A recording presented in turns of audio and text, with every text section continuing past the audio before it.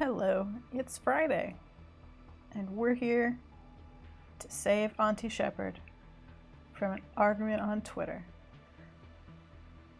by giving her something else to think about. Giving them something else to think about. I am sorry, Shep. It's the auntie in front of your username. It's destroying my brain.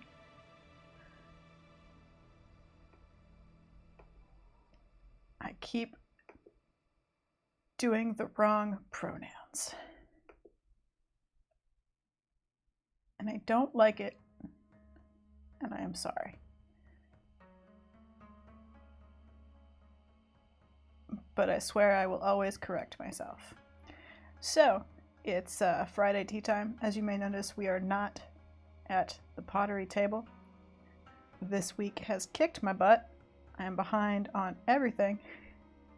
And I do not have time to tidy up and rearrange the pottery table to do pottery and then clean it up afterwards.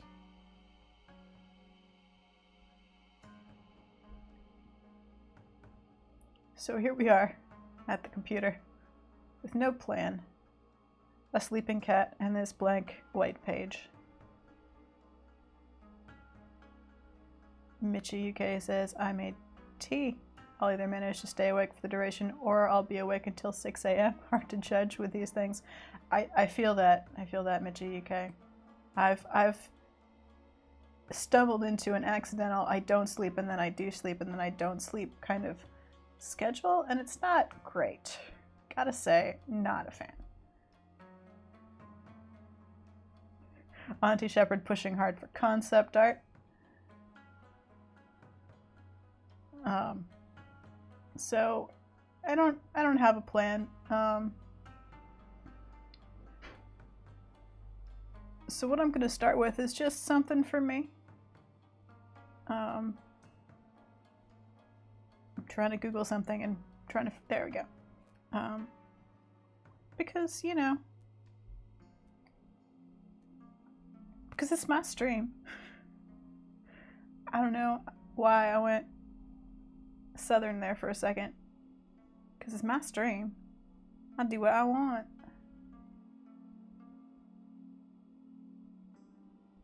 So, I'm just gonna take a minute to draw some flowers.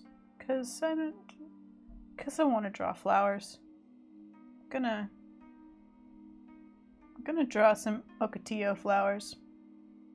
Because I like them. And I need to warm up because it's because I haven't had any tea yet. My first cup is right here beside me.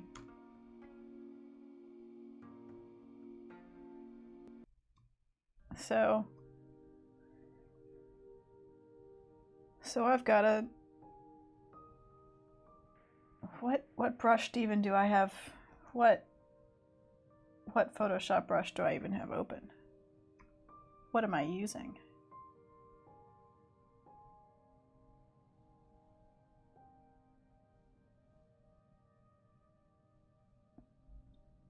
Mitchie UK says, fellow tea drinker, raises mug in approval. Yeah, I feel like it's clear in the name how I feel about tea, but in case it's not, I live on tea. Oh man, I'm not awake yet, y'all. I'm sorry. I can't even, there, I'm looking for the pencil. I can't even find my own Photoshop brushes. Yeah, I drink a lot of tea and have for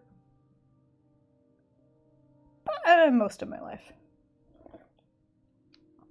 But certainly since college, which was a long time ago.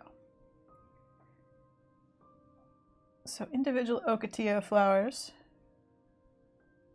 are basically little tiny trumpets with a little rim, and then they're little pollen sprigs. There's a word, there's a science word for those, but that's not important.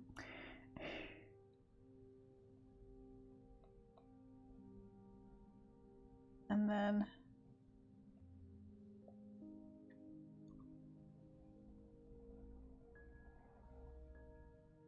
kind of like that.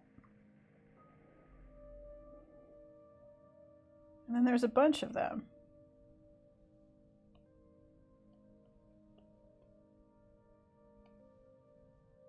All together on a vine. Stamens, that might be, I don't know, they're either stamens or the other thing. Pistons? They must be stamens. They're stamens and pistons, Arcraft. And I don't remember which are which.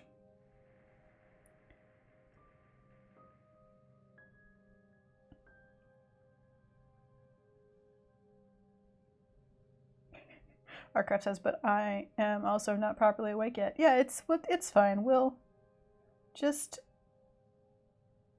everyone just think of this as we've just all arrived at brunch. We've all arrived at brunch, and I'm your friend that's only grudgingly got up in time for brunch. Just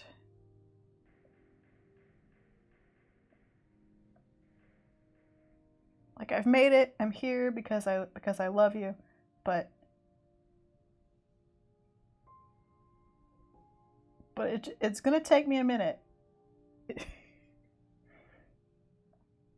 to like catch up with the conversation, figure out what's going on. You're all talking about your day. I'm here staring at the menu, still trying to read words. Oh, Mitchie UK, now I'm thinking of Eggs Benedict as well. I have a lot of eggs. I could make Eggs Benedict. That's a thing I could do. Although then I'd have to make... Now I don't have a lemon. Never mind, I can't make Eggs Benedict. I don't have any lemons. Hollandaise sauce does require a lemon.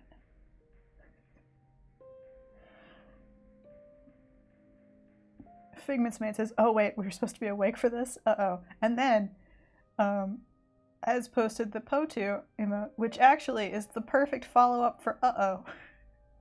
It looks like that's what it was made for, which is pretty great. So after I fiddle with this for a while, I mean, we might do that concept art if no one else has some strong opinions.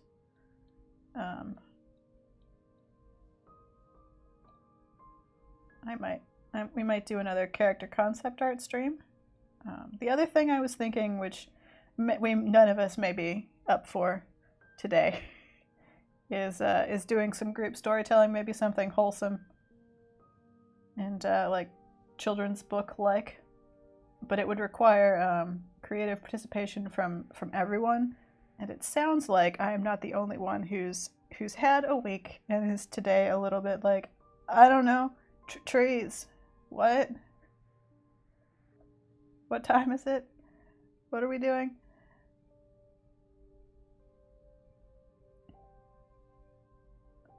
So it may not be the right Friday for a big group project. It's might wait until we've all had a little bit more sleep.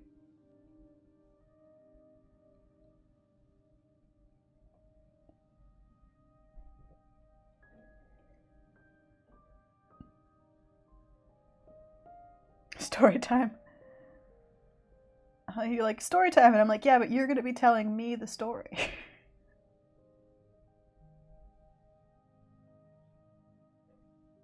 Just to be clear,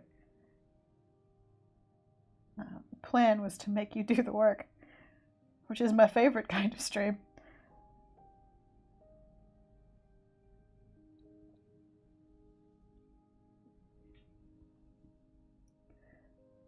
Everyone is back to shouting quail. Quail, everyone. I love you all. Yes, Auntie Shepherd says.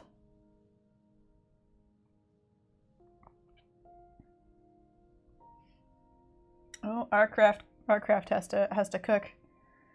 Because Arcraft must leave for work after the stream. Well, we don't want you to starve, Arcraft. That's not good. We want you to cook. You should definitely do that.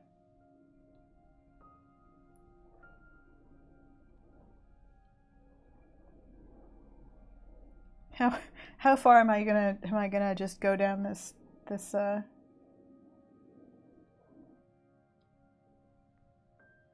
spiky stick, just drawing thorns before I move on. I wonder how much Ocotillo am I gonna go for? I feel like that much.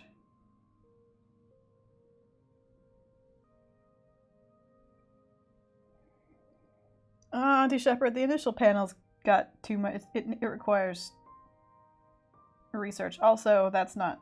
Comics don't work that way. Oh no, I've given away the secret.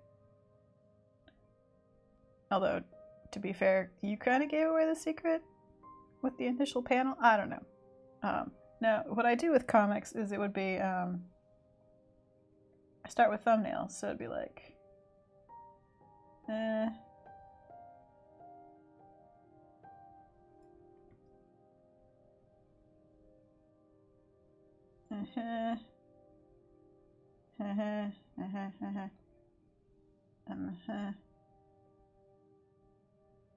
I know what these things all are.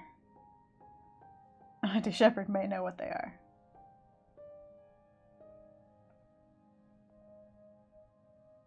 But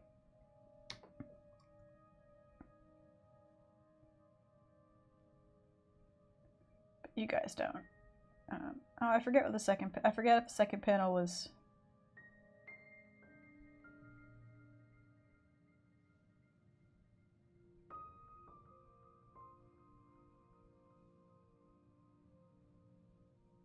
I forget if this was the second panel or not.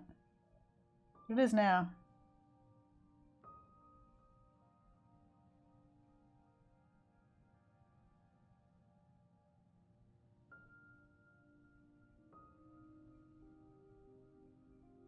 Anyway.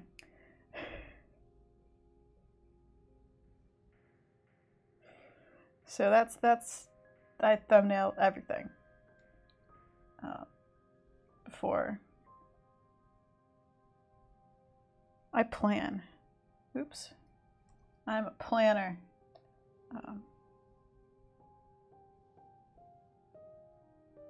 So, you know. Okay, we're just gonna, we'll say the Ocotillo goes out to here. That seems good. It's the end.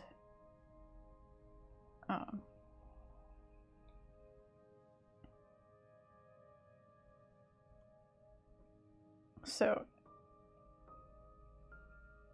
because then once I've got all the panels, I'll like look it over and see if it does what I want it to, if the pacing is right, if it reads the way I want it to, and then I might edit it, change it, shift stuff around.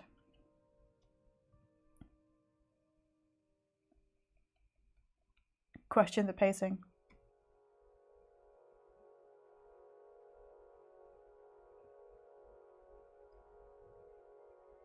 Until I'm sure.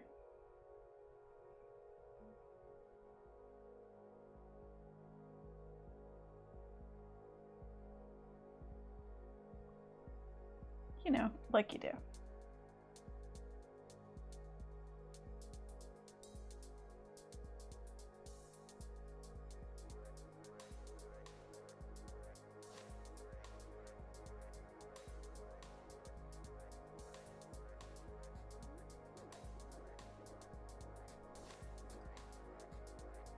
Oh, we haven't saved this. Hello. Oh, what even is the date? 7th, 8th, the 7th. That was me turning around and looking at my whiteboard, which is behind me on the wall. It tells me what I should be doing at any given point in my life. Let's see, we want one over here.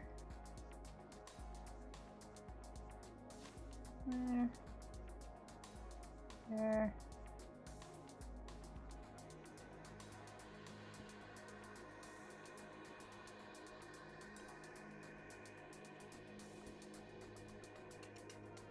Ooh, we should have some that are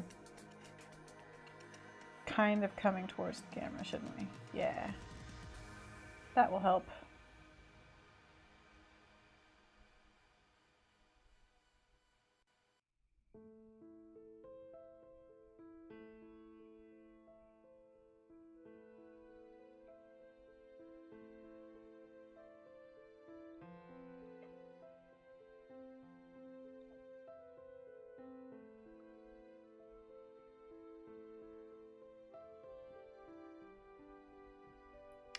Michi UK.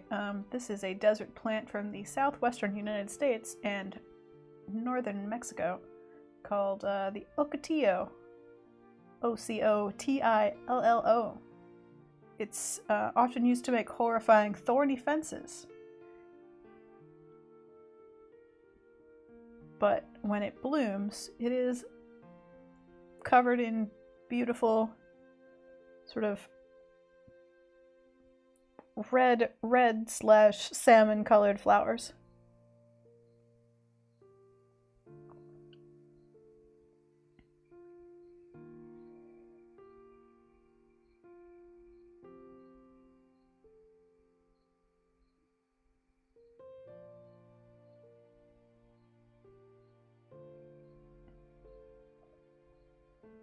I have for a long time intended to do some sort of print with this and the cactus run, but I never seem to get to it.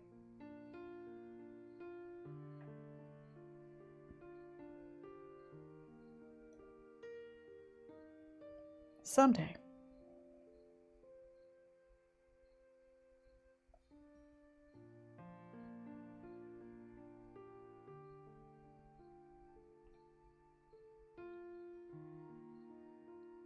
Someday.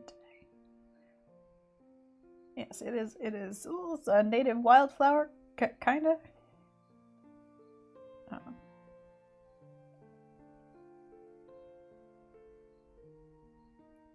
An attractive desert bloom. And like all desert blooms, stabby and dangerous.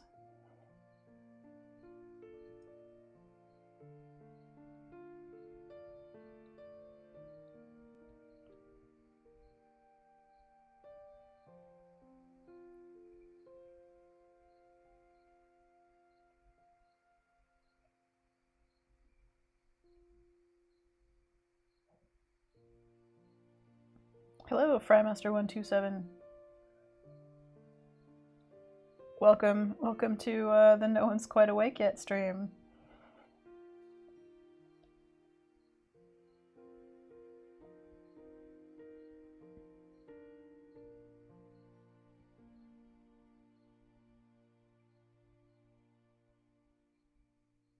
Which I have already described once as like, I've met you all for brunch, but I didn't really ever wake up.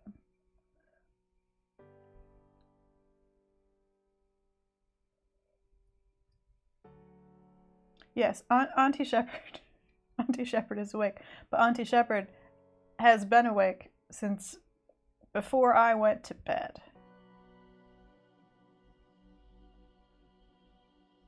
So, in fairness, the brunch metaphor does not work as well for Auntie Shepherd.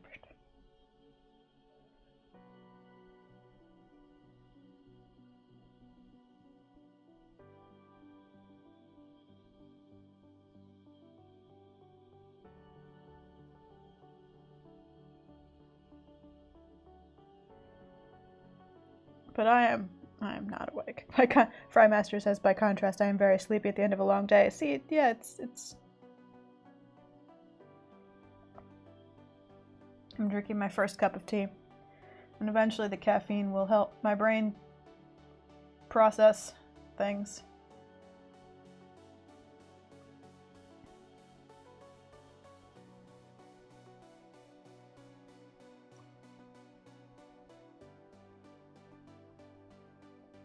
And until then, I'm gonna keep doing that thing where I say some stuff and then I just trail off because my brain stopped completely. Just sort of settled to a stop and had to be like prodded to keep walking. Yeah, we've got a pretty impressive time zone spread of viewers. I'm actually always surprised when I realize how many folks I have from European time zones. I've even though I have become nocturnal, during the pandemic. I have hesitated to change the time of the stream because it seems like it's a time that sort of squeaks into the middle of a lot of people's time zones. That it's late for some people, but not so late. It's early for some people, but not so early. That it kind of it covers the most time zones.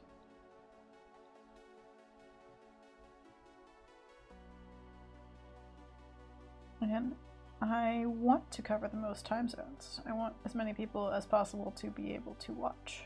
So, kind of been sticking to my 3 p.m. time.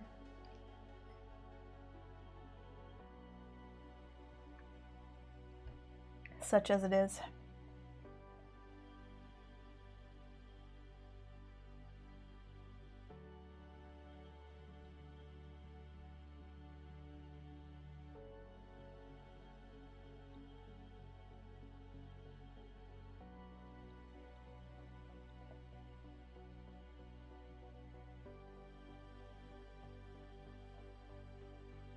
And the reason I'm doing flowers is because the problem with concept art is that it requires me to think and be creative, and I'm not convinced I'm capable today. It's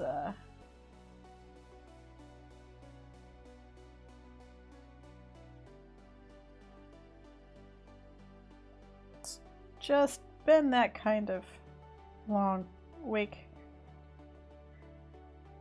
and will continue to be, because I must work after this.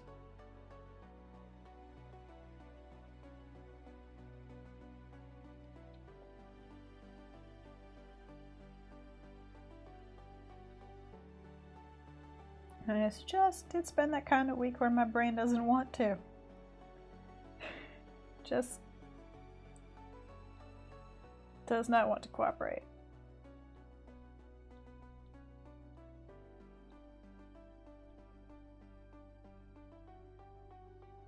And the nice thing about drawing flowers is that my brain doesn't have to come up with anything. It's just replicating sort of nature. It's like drawing a tree. I don't have to really plan the form of the tree,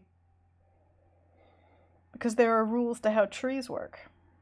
And if I follow them, it doesn't really matter what shape the tree is in.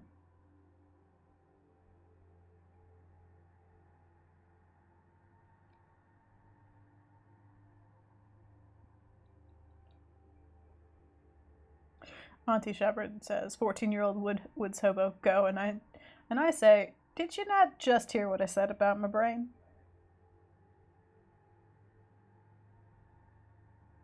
It's not fully functional. It's trying. It's doing its best. But you notice we've already drawn ourselves all the way up into the upper corner. Just doing a flower.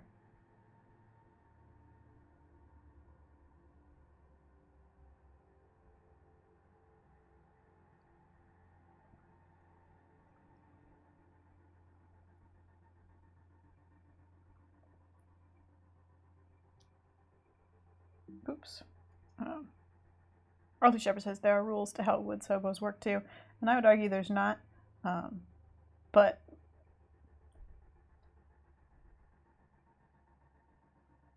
regardless, it's not quite the same. So for a better explanation, let's see. Let's try and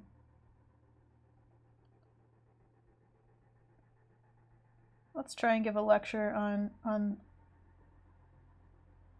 different kinds of creativity and the mechanical production of art versus the planning and design of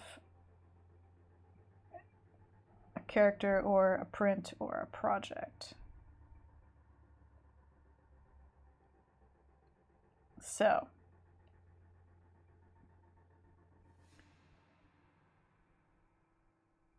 Yeah, it's like, so all the words are gone. So the thing about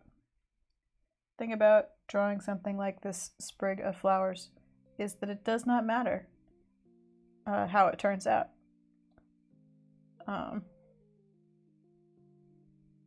It's oh no, our craft just put tea in their pot without putting in the strainer first. No. You're gonna have to pour it through the strainer into your cup.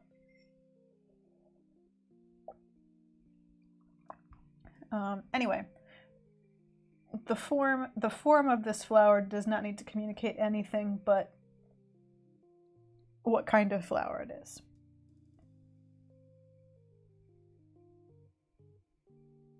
Auntie Shepherd says, to be fair, I'm playing Pocket Frogs in another window. Well, I see how it is. I see how it is. So I'm gonna make myself finish this statement. I really am. I'm gonna finish this thought for you. So all this has to communicate is that it's an ocotillo sprig. It's its only job. It doesn't need to communicate any other feelings. It doesn't need to be part of a layout. It doesn't need to serve a larger purpose. In any other image. It's just a drawing of a flower. And that is nice and relaxing and sort of an easy warm-up. Hello, Unicorn Duke. Yes, Fry Master, exactly. It needs to communicate this is a pretty flower, and it is doing it very well. Thank you. So that's its only job. Now, to contrast that with, let's contrast it with one of the, let's go with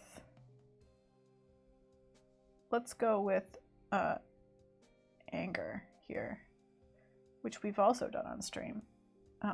So let's contrast it with, speaking of pretty but dangerous flowers, let's contrast it with this design. So the flowers in this design also just need to communicate what kind of flower they are. But when I put them in, let's see if I can find the old sketches here. Oh, good. I did make them groups. So line art. Yeah, there we go. So here's the sort of tight sketch of the flowers. And then, there it is, yes. So the thing is, the flowers required a fair amount of planning because they had to fit in the right gaps around the letters. They had to work with the entire layout of the word, create this sort of hilly, mountainous background without totally breaking the shape of the design. So they were sketched in, and then sort of detail was added to make them fit in different layers, deciding which went in front, which went in back, making sure that there were spaces where these would be highlighted between them, all of which went to serve this full layout where the flowers are highlighting the word.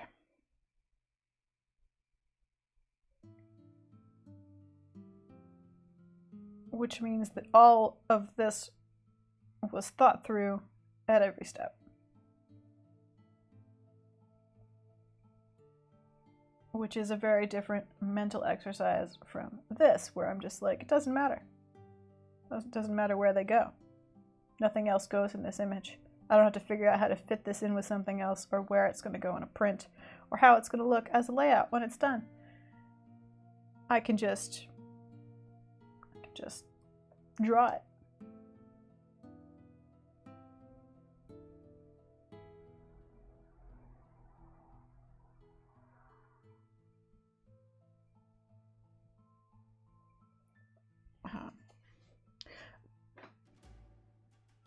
Auntie Shepherd points out, because I feel like the choice of flower to sketch for a warm-up is a product of your education and training, which are both very political things. I think in partly the choice is because I was thinking about Tucson today when I got up. So, you know, that's part of it. The flower choice is sort of personal preference. Mitch UK says it's a pretty but dangerous flower. Yes, ocotillo are good flowers.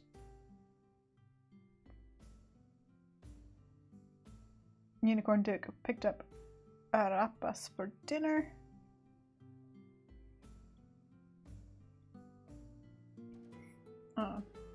And is correct. Arapas are delicious. I might be saying that slightly incorrectly.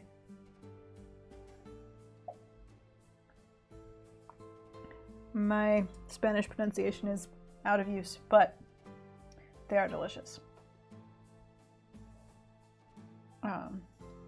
I scroll all the way down? Yes, good. I'm scrolling all the way down, chat. Anyway, always, I mean, there's always, unless I'm just copying a photo or a reality in front of me to the best of my ability. And even then there's always, hello, Hanako. Even then there's always some thought process, obviously. Like I chose which flowers went in which direction, which, I mean, there's always thought and creativity and experience involved, obviously. But it's a very different and simpler process to just sort of, it's the Bob Ross happy little trees. It's like, it doesn't really matter for the end result where I choose to put the flowers. I'm not trying to serve a larger plan with the flowers. Whereas concept art, for example, the entire point is that I'm trying to think through and serve a larger idea by designing a character to go with it. Putting in lots of different variations, thinking about what the character needs to communicate visually to the person experiencing the story.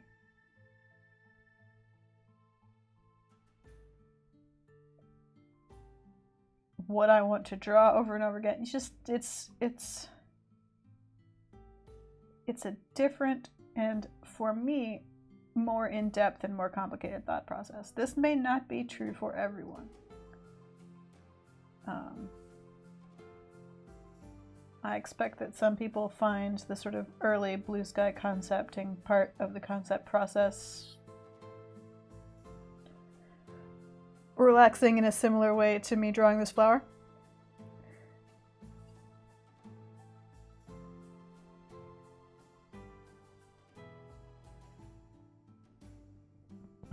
Auntie Shepherd just accidentally closed Twitch because me talking about Spanish pronunciation reminded them that they had Spanish homework.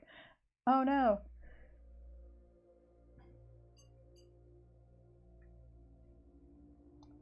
This is the half awake stream. And this is good. I always need some waking nightmares and or sleepwalking. Oh, Hannah Combe, nice. Hannah Combe got off the phone with an editor today, and the editor wanted to see the rest of the pitch. Nice. Yay. Yay, Hannah. Awesome.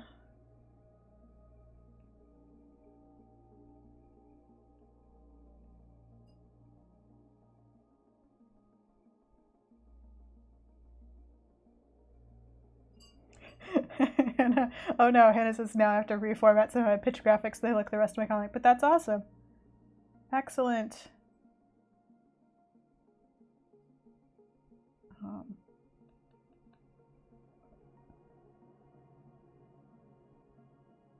Hannah has been working on a comic pitch for her comic Warlocked.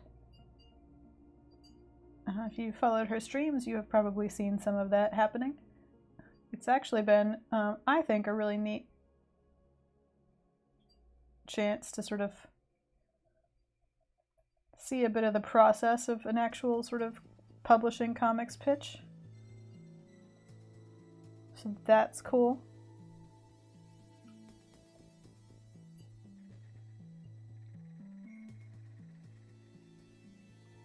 But she moved away from traditional publisher to comics publisher, so I'm glad I'm not signing anything. Yeah, don't trust comics publishers.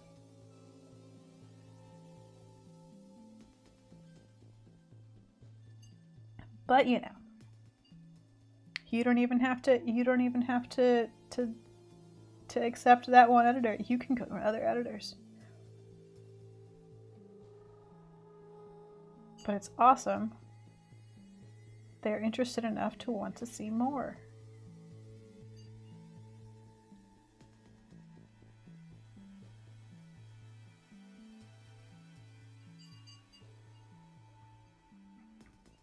Yay, Hannah. So I mean, at this point I'm shading, which is never a good sign. Don't you know? Hannah will keep everyone updated. Hannah learned things about formatting. Nice. Formatting.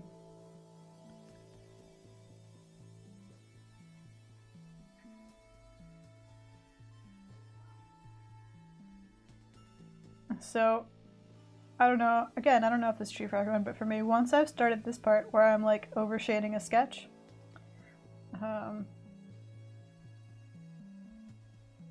need to stop.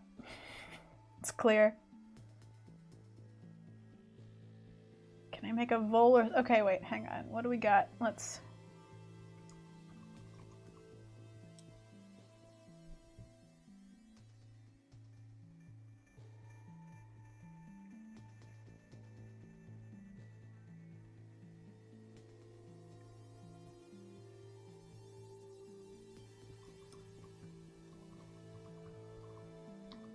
I'm just gonna Google Southwestern. All right, we've got... No, that's not...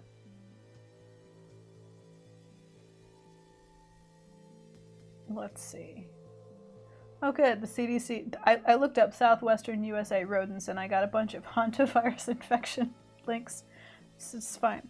We'll just kangaroo rat. That's a thing.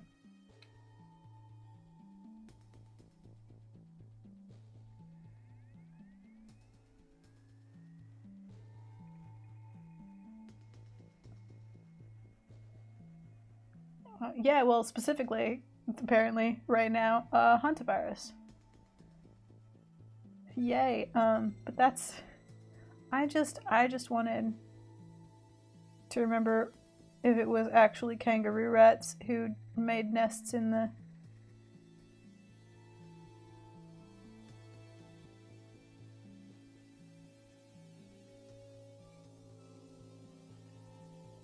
like, choya and stuff. You know. If they were the correct creature that I was thinking of.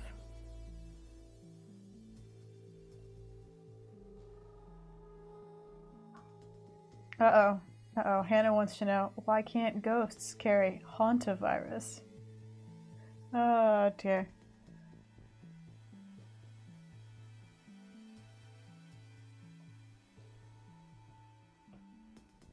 I don't know, Hannah. Why can't they?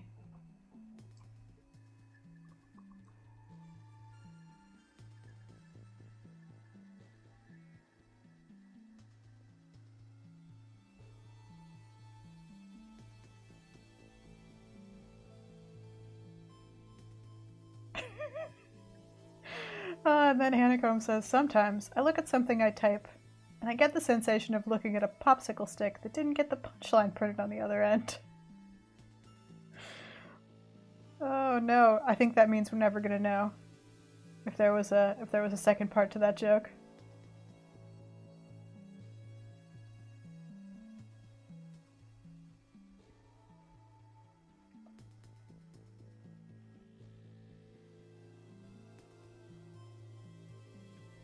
So I'm just scrolling through all these images, and then in the middle of this sort of desert kangaroo rat series of images, just a picture of a chinchilla. I don't know what happened there. Google image search. I don't know what you were thinking.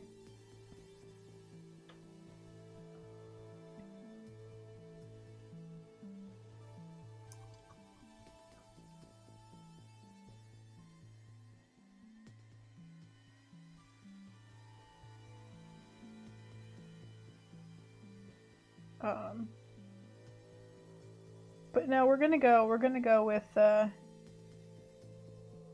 pack rats, I think, actually.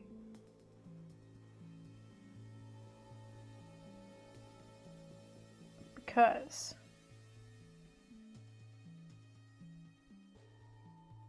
they're the ones I was actually thinking of. Haha.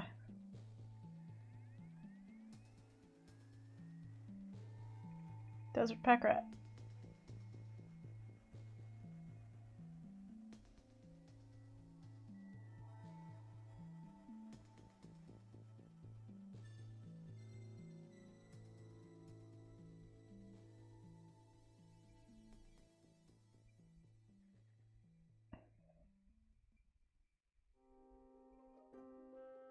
Is it like this AI searches that can't tell the difference between blueberry muffins and puppies? Figment's made that. I don't know. I think it's like a meta tag thing, so it ends up being sort of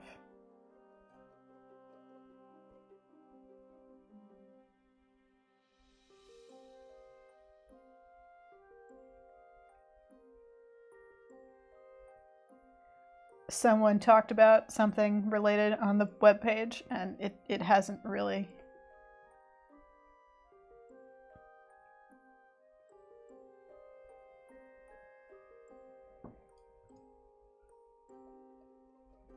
Oops, that was that.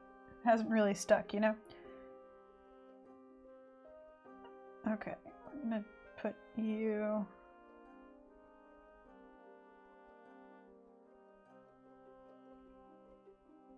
No, that's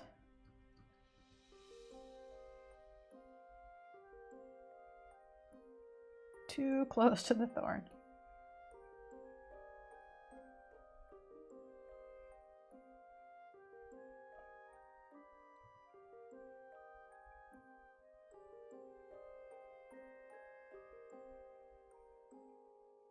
Holding on to that.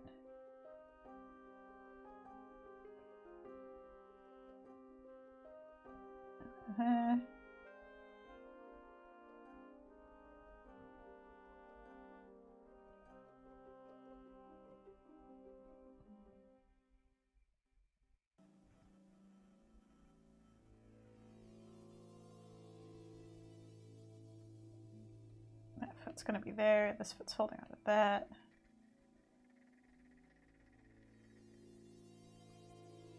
There. Tail. Tail. You might be a little bit big. Just shrink you down.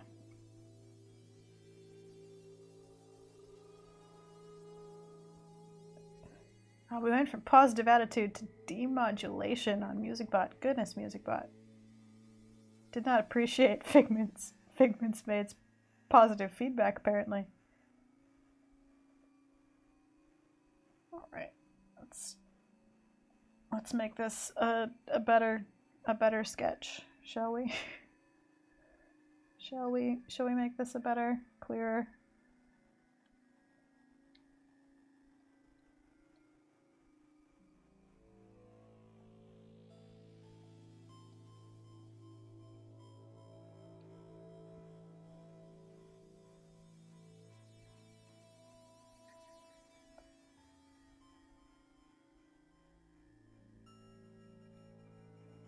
Clearer little pack rat sketch. You have kind of big ears.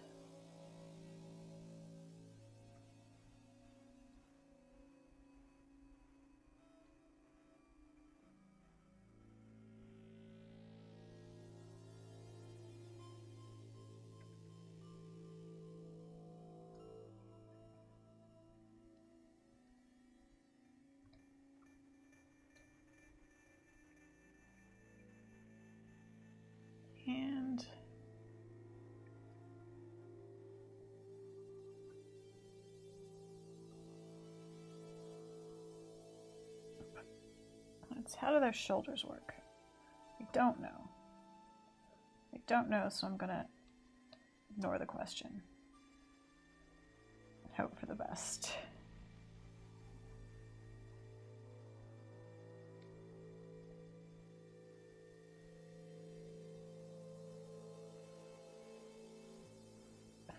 Arcross says they did dis AI before. It's fair.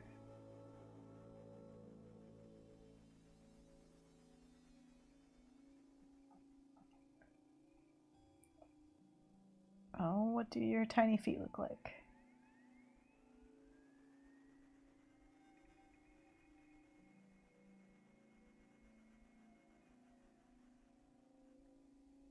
Nope, that's a hot mess. Right there.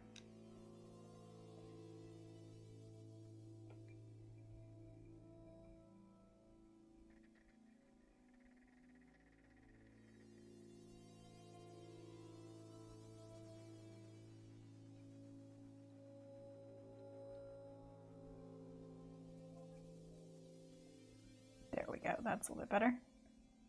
Arcraft attempting to answer the earlier pun from Hannah by saying because they have developed immunity.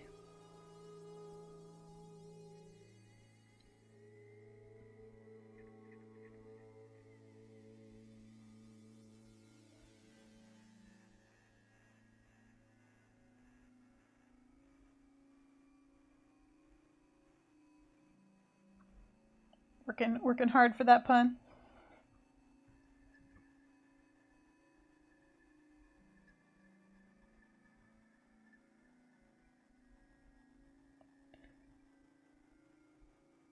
Hannah says, now I'm a ghost because that joke killed me. Oh. Oh.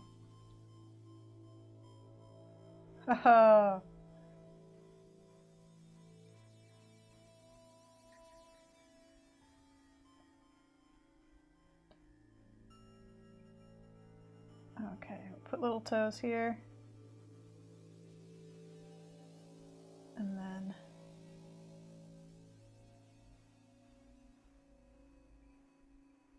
here.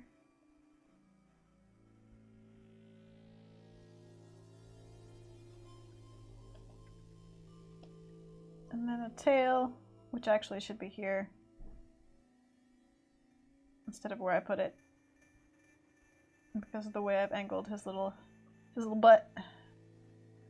So let's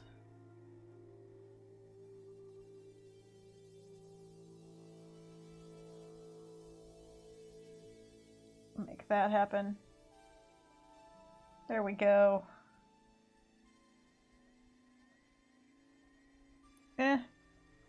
See, and this is the thing, it doesn't work. As opposed, it doesn't work. Back to the drawing board. Oh, let's see. This is what I meant when I said, it takes more thought when layout matters.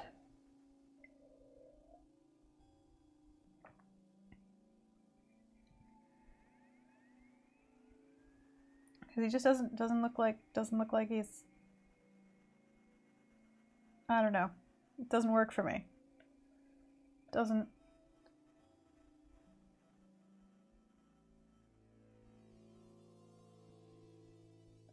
And I'm gonna figure out why it doesn't work for me. This will be a lesson for. This is your art lesson for the day.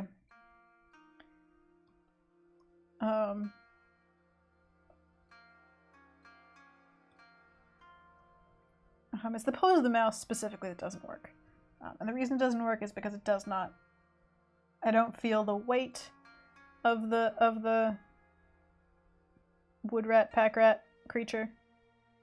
I don't feel like he's actually scrabbling to hold on or pulling himself up. It doesn't.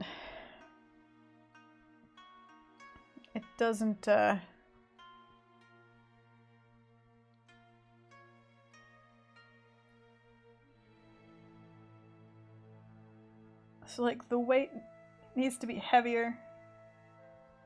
Like, should be bigger struggle.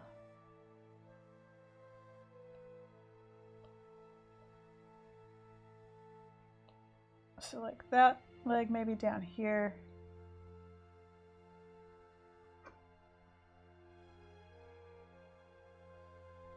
Just one toe.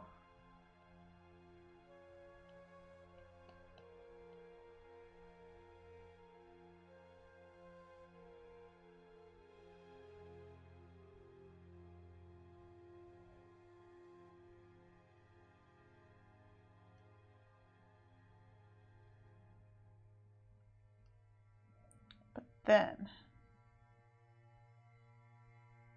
what do you do with the arms?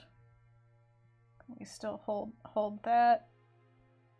Is that still here? Wait, there we go. Is it?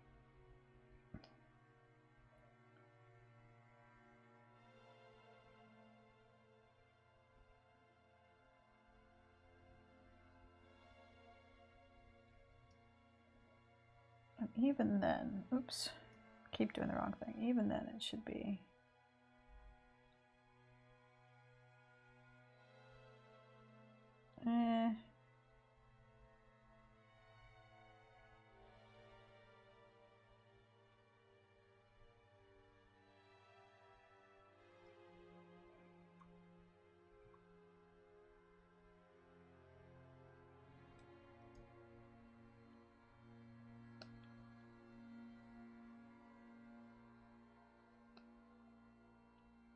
Yeah, like that.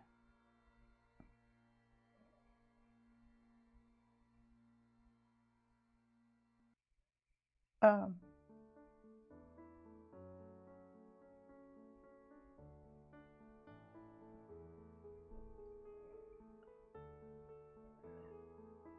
Mitch UK says put the mouse fully on the stem and tilt the stem down. No, that's, first of all, I don't want to have to work around the spikes. Because the thing about spikes is that it's going to be hard to make it not look like the mouse is being stabbed by them. But no, the point of the discussion is to find a solution to the fact that this does not work for me. And to talk through it. So this does not work, not because it's a bad drawing of a mouse, it's a fine drawing of a mouse, it's an okay drawing of a mouse, but because the initial pose does not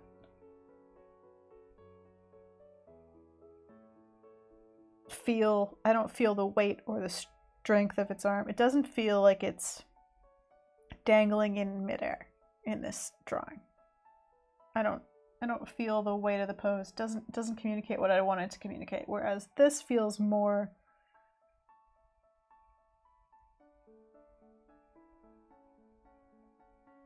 like struggling to pull itself up onto this branch.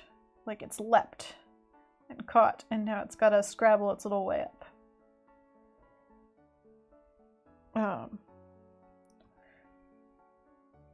Does either work necessarily with the drawing of the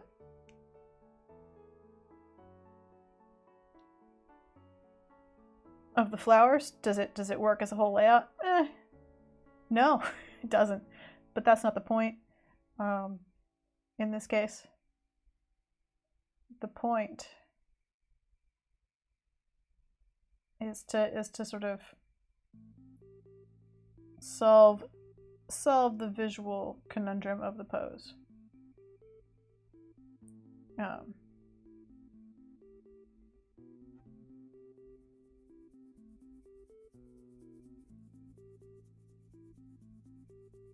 And sort of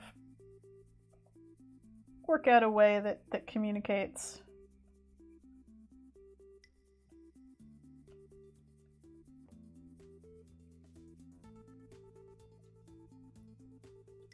what's going on.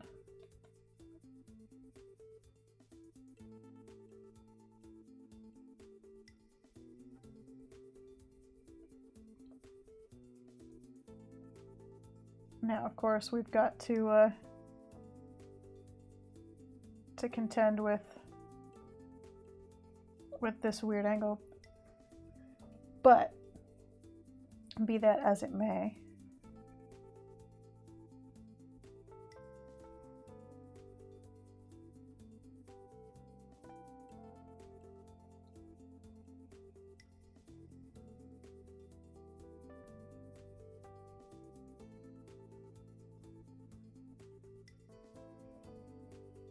it works better to me to communicate the idea.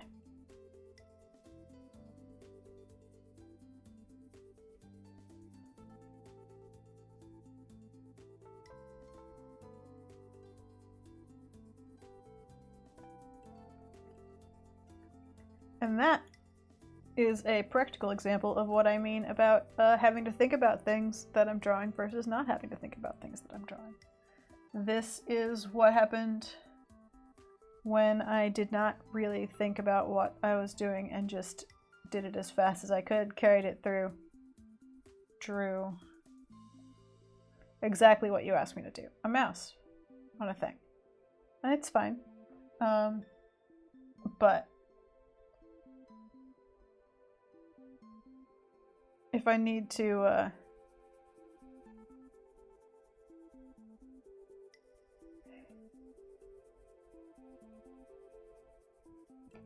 no. You gonna Jack, are you gonna stay? Oh, he's gonna turn in a circle. No? Do you have plans?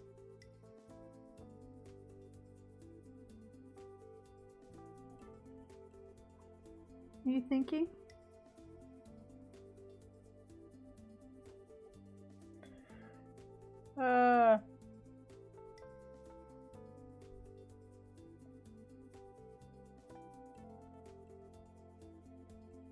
Undecided. Oh, you're just gonna loaf, but like half off camera. Okay, that's fine.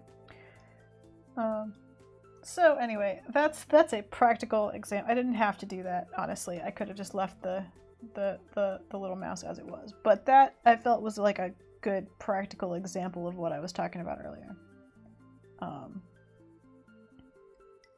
When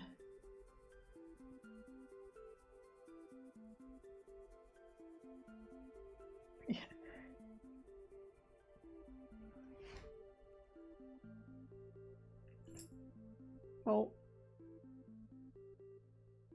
I'm sorry I've offended you, Jack. He scratched his head. He's concerned. Anyway, just a good practical example of what I was trying to explain earlier, with sort of that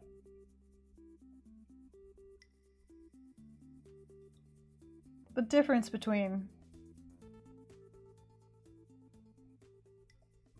sort of concept art for something that I'm going to have to use over and over again that matters in the future, that really needs to communicate something, versus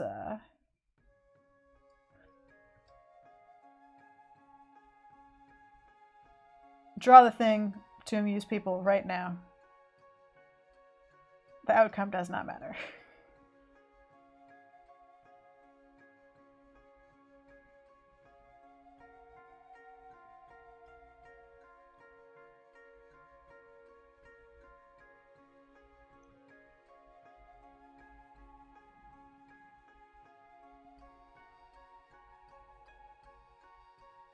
Hannah says, oh, by the way, what is this drawing? There's just for nothing. This drawing is for nothing. This drawing is because I wanted to draw an Ocotillo. Because I needed to warm up, because I'm dead inside today.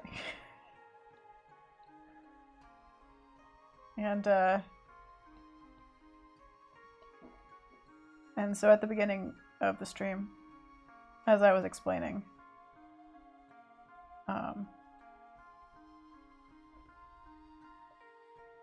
having to think about a thing I was doing versus just drawing happy little trees, basically. I was struggling to kind of explain the difference between sort of thinking about the form of a thing I'm making and choosing sort of where the flowers go versus thinking about a whole layout or a complicated design or concept for a character that's going to be in things.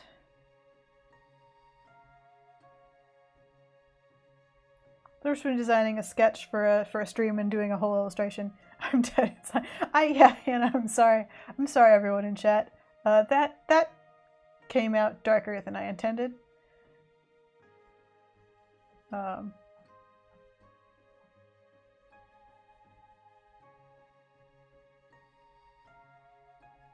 It's dead inside today. Oh, that's, yeah, sorry. That's a bit much.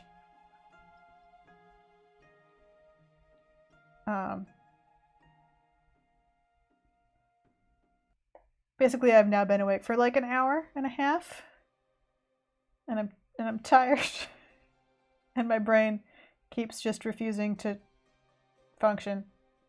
Oh, that toe does not. I just have to make this sketch work.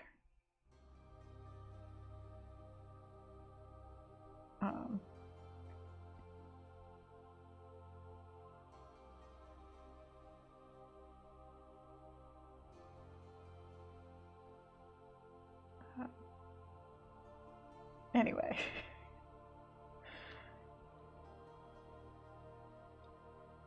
The batteries are dead. That's a better way to put it.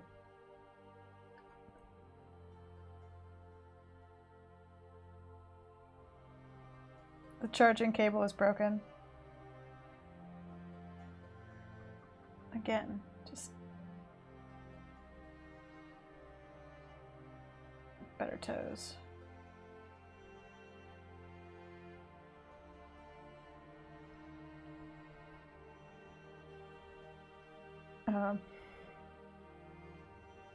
You're soothing even when you're dark, so don't worry. Oh, just it's the Bob Ross, but instead of happy little trees. Talk about being dead inside. No, anyway.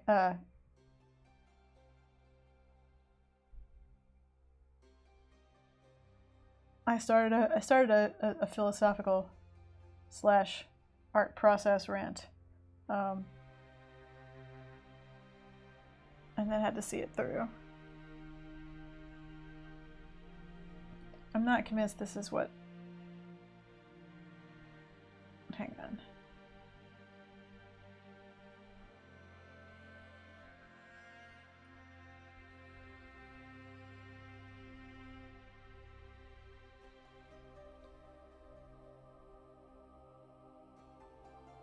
That helps. Just some whiskers. There we go. Anyway.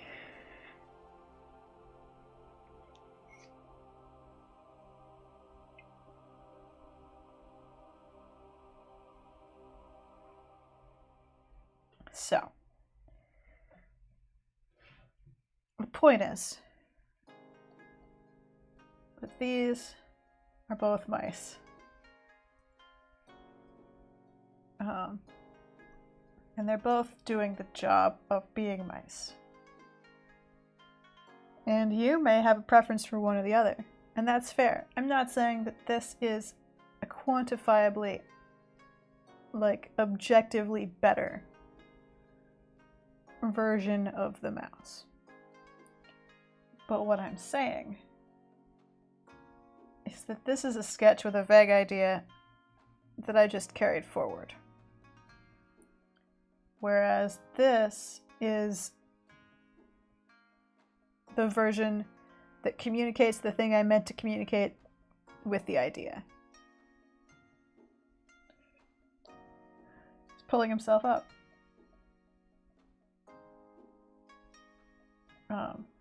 So basically my thought was, oh, I want him to be dangling off like he's scrabbling up onto it. Hang on to the little thorns. That way he won't look like he's being sort of stabbed by any of the big stabby thorns. I can kind of fit him in between. That'll work the best with what I've drawn with a mouse. It was an animation stream all along, says Unicorn Duke. Yeah, who knew? To be fair, as an animator, I have a tendency to think about weight and motion in everything that I draw, just because that's where my brain lives, for the most part. Oh no, add a Shrike. Ah! No! Creatures stabbed on thorns. Anyway, that's just kind of a vague explanation, performative explanation for what I was attempting to communicate earlier. which is that in this case it doesn't matter. In this case it would not have mattered if I had just been like, good, I drew the thing, and moved on. No one would have been sad. I probably wouldn't have put any more thought into it. This is a perfectly good mouse. But if I'm going to be doing something that I'm going to take to a complicated finish, a big complicated illustration, a character that I'm going to use over and over again for an animation or a comic, then this is more the kind of thought I have to put into it. It needs to be iterated. I need to be thinking about what I want to communicate and then the best way to communicate it. It's an extra level of mental processing that has to happen beyond just depict a thing. Because there's a million, like if there's a million ways to, I mean, you guys suggested more of them. There's a million ways to put a mouse on this stick. Let's grab the, I mean, you know, could be sniffing the flower.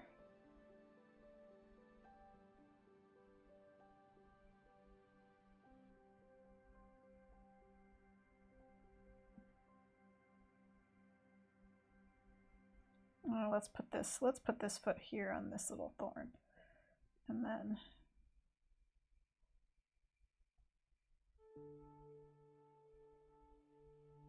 that foot there, kind of wrapped around.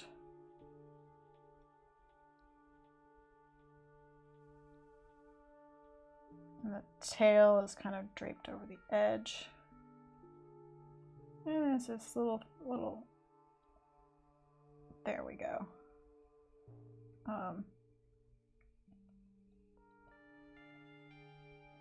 And I think that head is a little bit out of scale, so let's just make it slightly bigger. There we go. So, I mean, you know. Oops. That was the wrong button.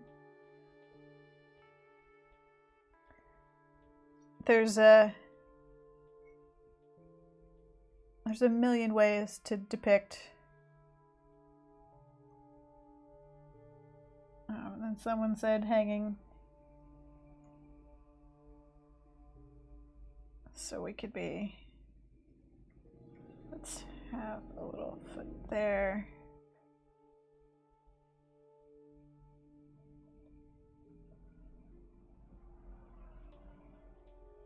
And then there.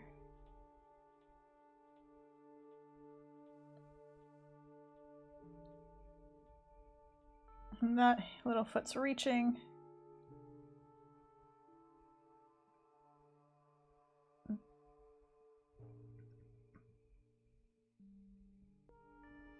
This one's got hold of this little there.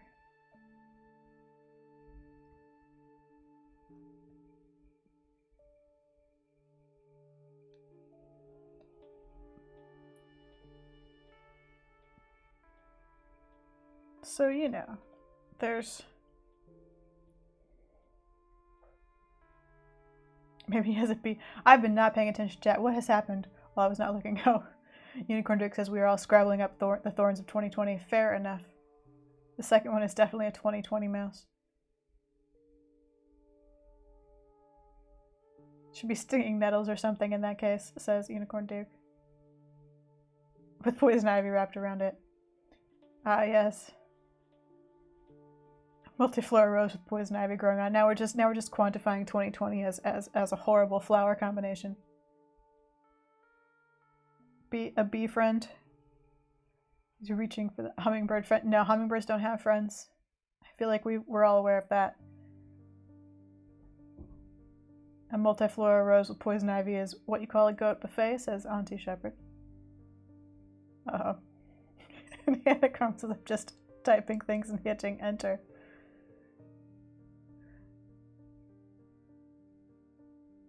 Our craft agrees with me. Says hummingbirds don't have friends, just people they don't want to kill right now.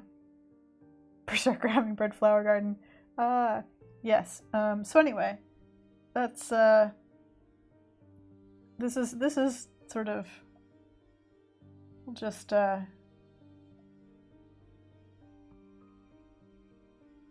which one are you? Yeah, you need to be smaller. You're out of scale with the rest of the children.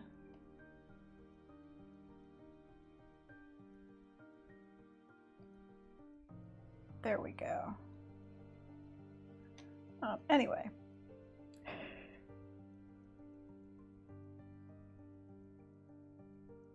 It's a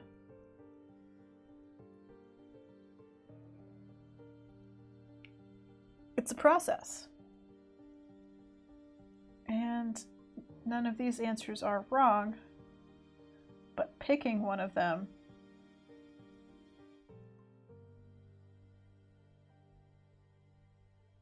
requires thought.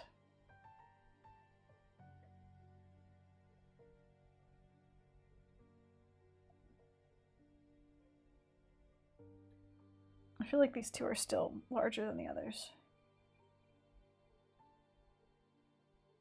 That's fine. I don't know that it actually matters. Oops. No, just you. Just you. There. Many things can be improved with more goats, says Unicorn Duke. They're talking about clearing multiflora roses with goats. 2020 needs more goats. Fair enough, yeah. A night of 3 mice. I think it's 4 mice. I feel like this is actually just like a one mouse slowly climbing up an, well, you know what? Let's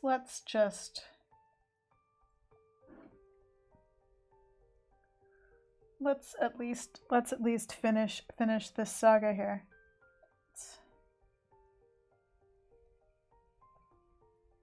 Oops.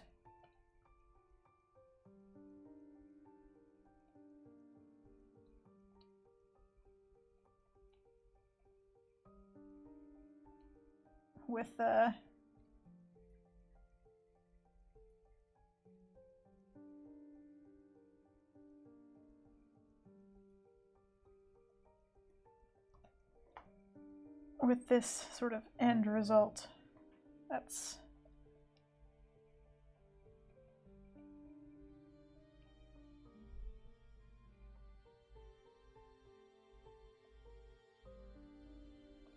you know.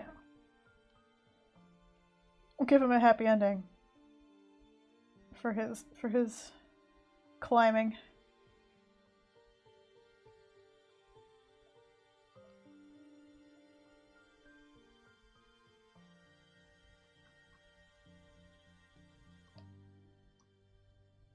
Goats 2020 would not be the worst campaign, it's true.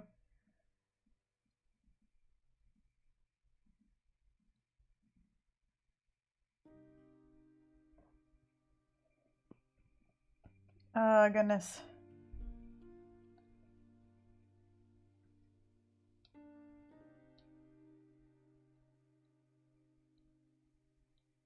I feel like my mood is spreading.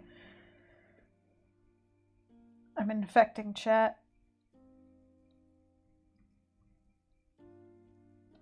All right.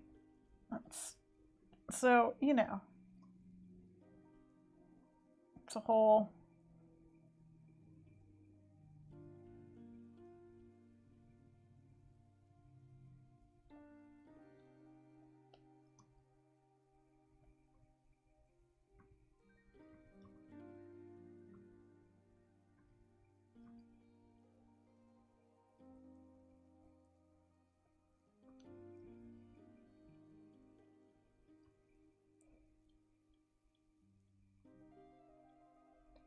There we go.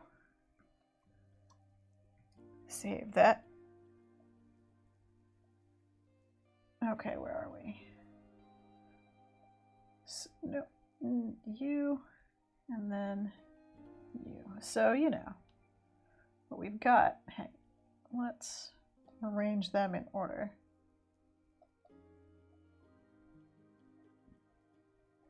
There we go. Process for y'all.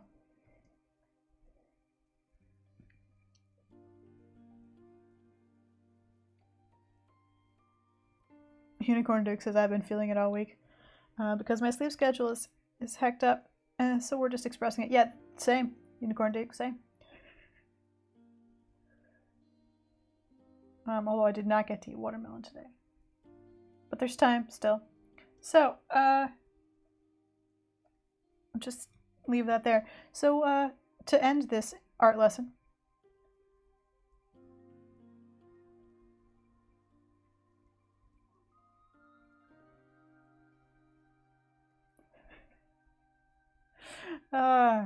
reading chat.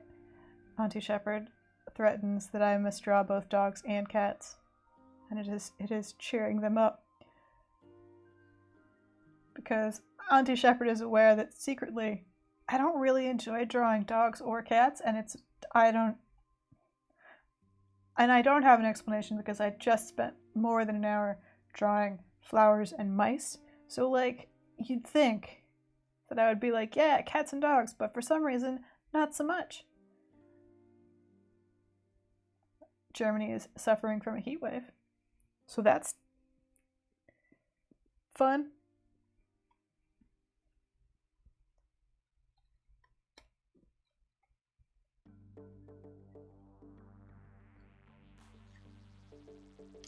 Oh, good. Auntie Shepherd did court security, and the one defendant of the day got their felony charges dropped, so excellent.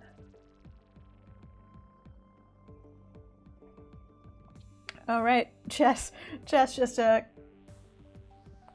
of being grumpy in solidarity with me. So anyway, this is your art lesson for the day, and also I guess now it's an animation.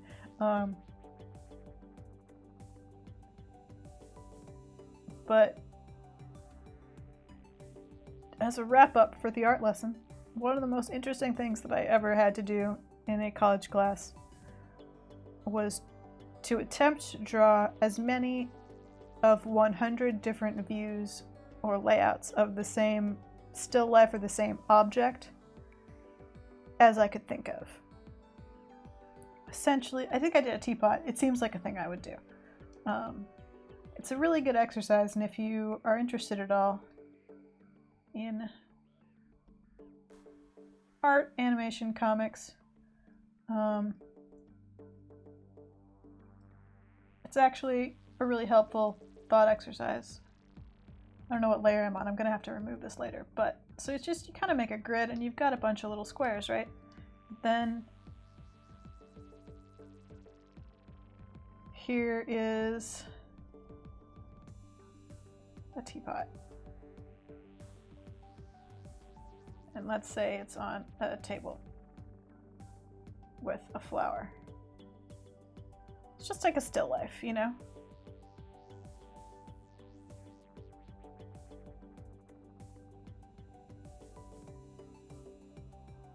Ooh, Get to Know Nature just had to spend an hour and 15 minutes getting rid of 2 inches of water in their basement. Oh, that sounds awful. Yeah, we're having a grumpy session today.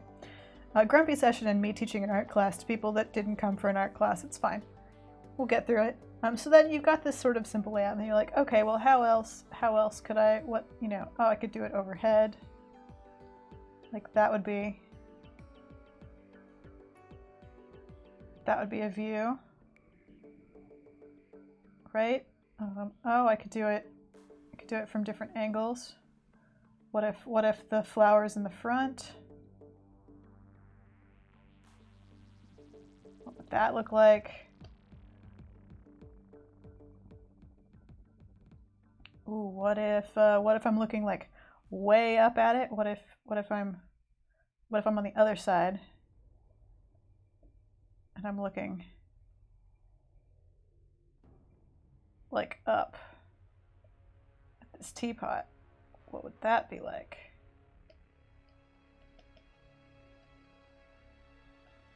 And you just kind of keep going with that. Just kind of as many ways as you can think of to depict the same, basically as many different angles that you can think of to depict the same sort of thing. There's flower there.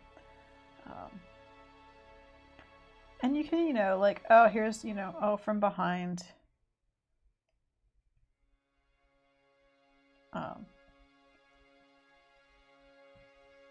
But it's basically just a thought exercise.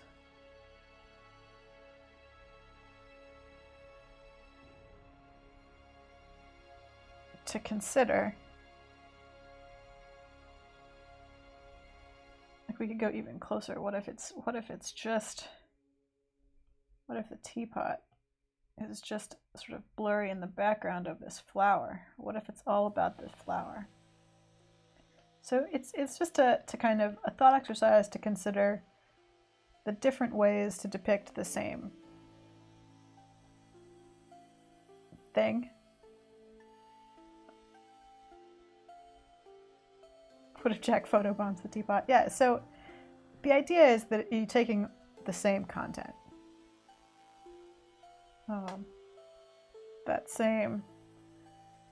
It's just a teapot, flower on a table. I pretended there were curtains behind. I don't know. It's just a sketch. And then you considered sort of all of the possibilities you could think of ways to look at that one subject.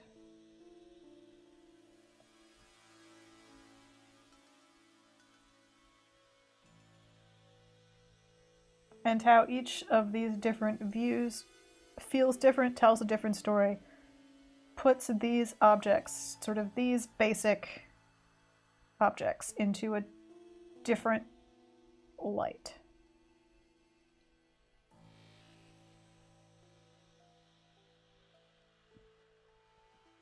And that kind of, it's meant to help you think about, not just about layout and about sort of in animation about shots and shot choices, but how each of these different layouts, each of these different choices is giving a different sort of feel and communicating a different story about this teapot and this flower. For example, in this shot, it's just the flower is obviously the important thing. It's not a story about a teapot. The teapot doesn't matter. We're meant to care about the flower. Similar in this shot, but the teapot still matters. Looking up at the teapot makes the teapot feel very large and it's very small. Looking into just the spout, maybe the next thing we're going to do is go into the spout. Maybe we're going to fill the screen with steam, and the point is to sort of, then we're going to pour the tea. So it's an exercise in figuring out just how many different choices you have when you want to stage something, and what each of them will sort of do for you. And it's a good exercise just for, I think, any artist to do, just to think about layout and why, sort of, if you said draw a teapot and a flower, like obviously this is kind of the first thing I went to. An iconic teapot with a flower. Just clear, obvious teapot flower. But like the mouse that I just did a bunch of different poses for, there's variation after variation after variation of ways to be like, oh yeah, a teapot and a flower.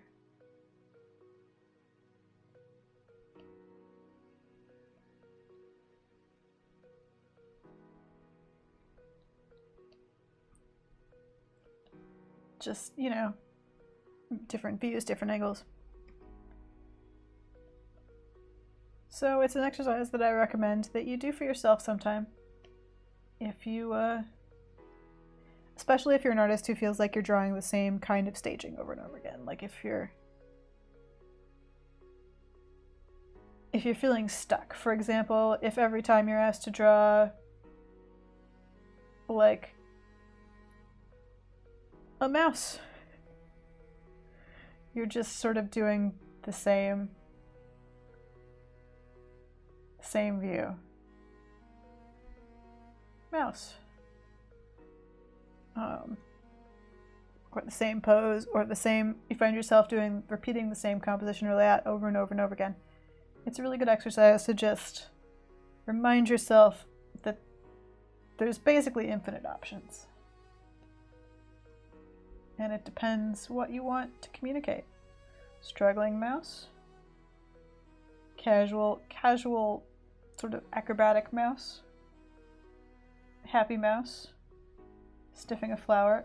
It's depends what you want to communicate. They're all mice on an uktio, but they all sort of communicate something different. And now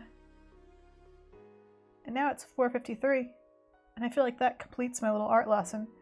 And I want some more tea, so I think I'm going to take a quick break and put the kettle on. Now that I've wrapped up the art lesson for the day, just leave 2020 mouse here on screen, and I'll be back shortly. I don't know what we'll do then. You know, we'll draw some more. Is what we'll do. And I don't know, ask some art questions, or I'll attempt to carry on. I hope the art lesson was helpful, as opposed to just a thing I said out loud on the internet for myself. And I'll see you in a few minutes.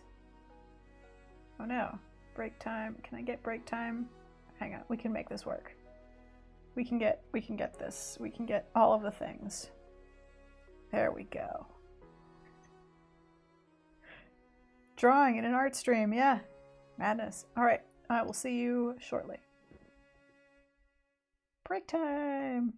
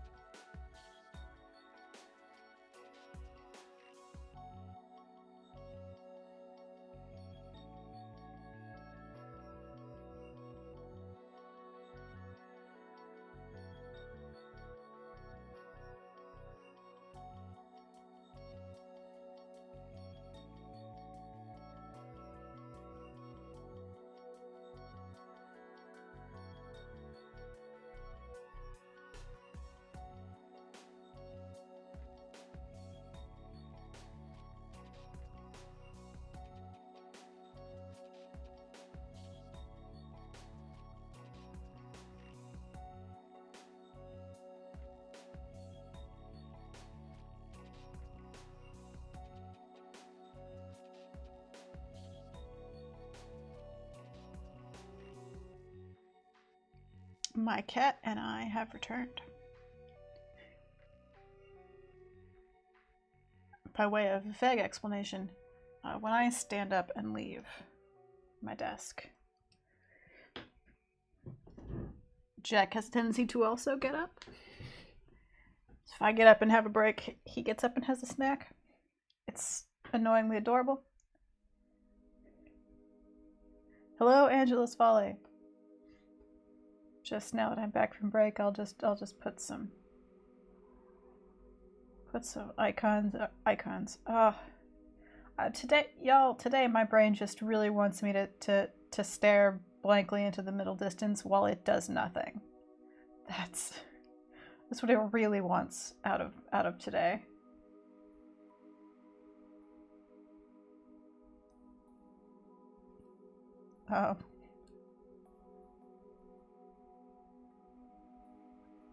It's just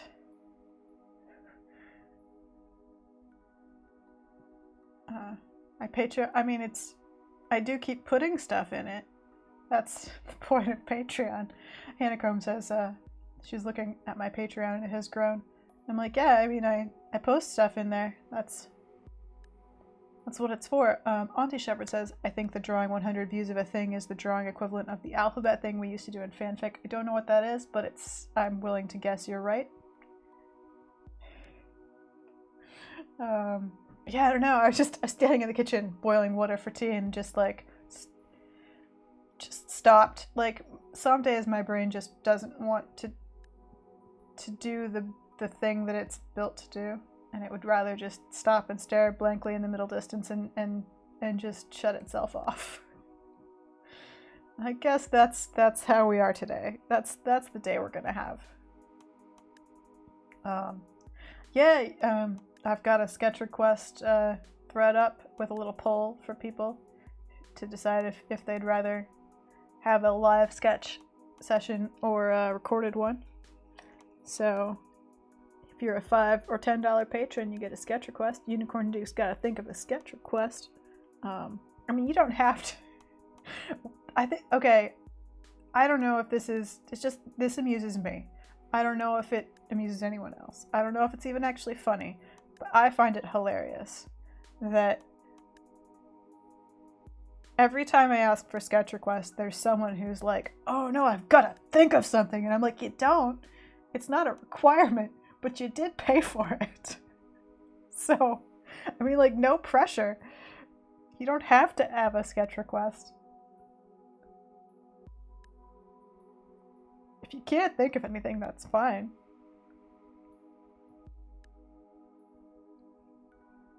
But you could also just say whatever.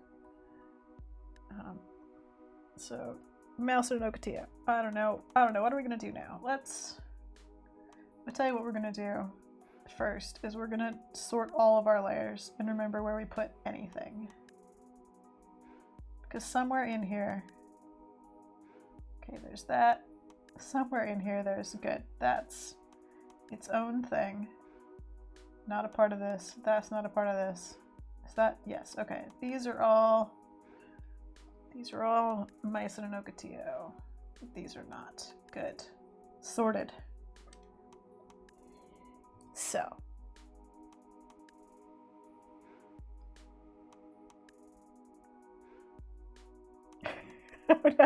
That's a beautiful metaphor, Unicorn Duke. Unicorn Duke says, I mean, I want something. I don't know what. I'm looking in the refrigerator of my brain. That is the perfect metaphor. Just there with the door open, staring into the refrigerator of your brain. Hungry, but every time you think of something, you're like, but not for that. There's just sitting there like, a cucumber. No. American cheese? No. Just, into the fridge of your brain. It's a perfect metaphor.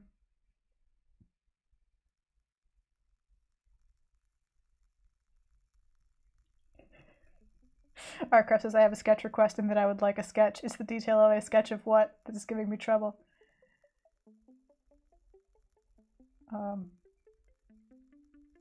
Angela's Valley was very happy with their void sheep. I'm glad, That was a birthday request. I guess I've set a precedent now that if you show up on your birthday, I will draw you a thing. We did fluffy black-nosed sheeps, and it was fun and good. That was Monday.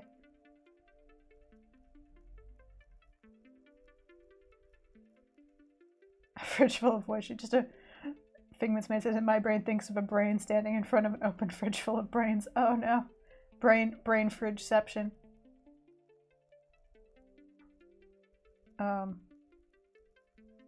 Those sheep were good. That was you know, maybe let's do some more squishy painting. What could we accomplish with our nice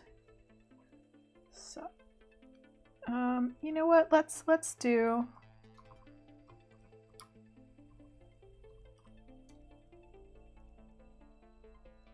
let's try something. I know what we should do. Highland cows. Yeah, Highland cows. Oh, I look back and we've got fluffy hands, fluffy bunnies, llamas, and entrails.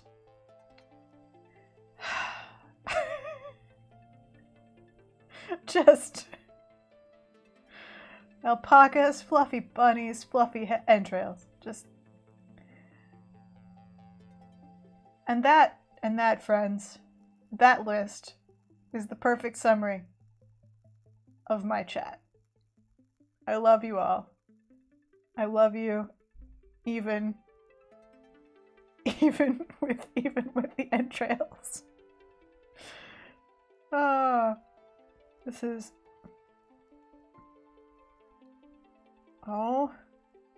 mama and baby Highland cow. Oh goodness, we're just gonna drag that over. Oh, image search. Oh, I feel like I just showed you guys that I'm watching the Derek Jacobi CAD fail on Amazon. So, you know, secrets. Just left that open. That's fine. Yeah, just because that was fun. I enjoyed using some squishy. What did we? I feel like it was gouache. I think it was. Yeah, it was. Yes. Good.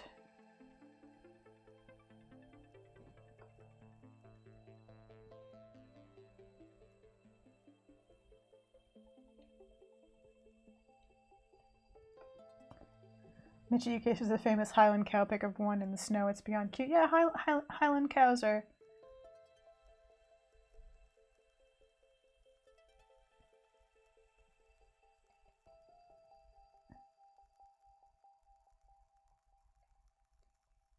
I don't know. This is relaxing. I don't get to mess about with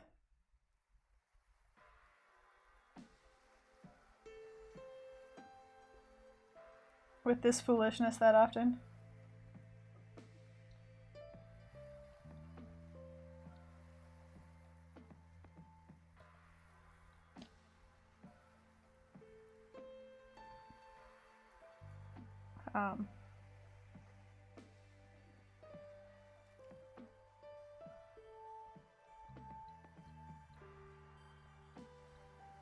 So we'll see how it goes.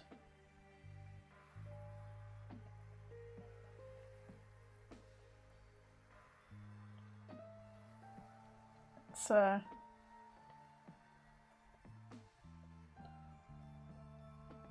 notice I've gone for basically the same pose as the sheeps.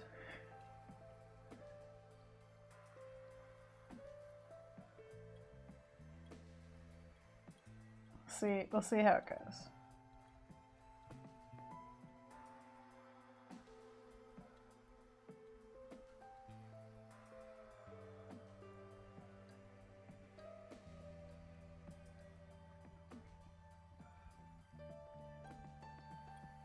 It's painting is a different process than than all the inking line art that I usually do on here. I like just painting from scratch without any planning. Is such a whole separate adventure.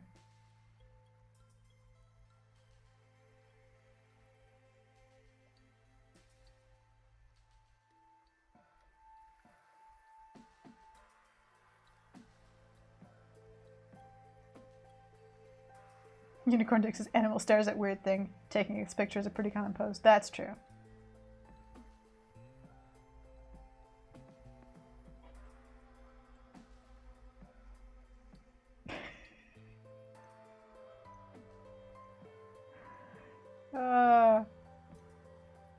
Hannah thought I was painting my cat's butt. Nope. Is he even? Oh, I guess he's belligerently facing away from the camera, isn't he? Aw. Not that belligerent. He looks pretty happy.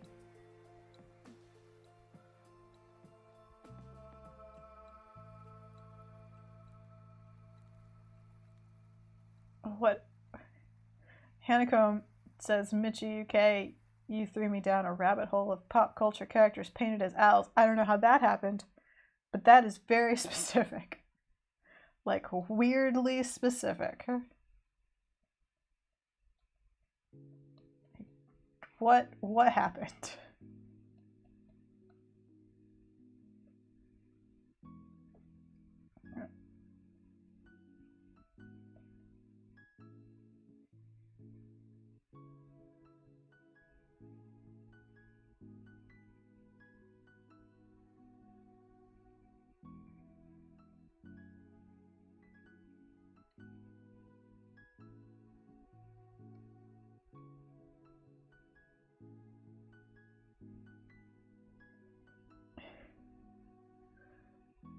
Yeah, Mitchie UK does not know how that happened either. So, Honeycomb says, Pinterest was like, you like this Highland cow, perhaps you will like this painting of an owl holding coffee. And then Hannah clicked it, and Pinterest was like, so you like owls, huh? Oh no. You allowed Pinterest to make choices for you. That was your first mistake.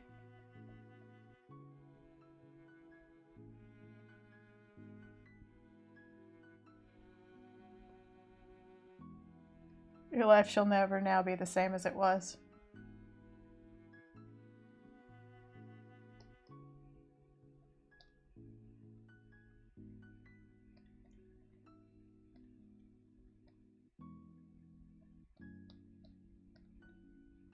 Highland cow looks a little bit like a yak right now. It's fine.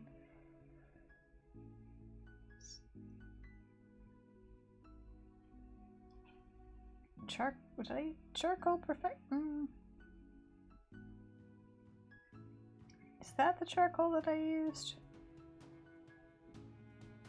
Maybe.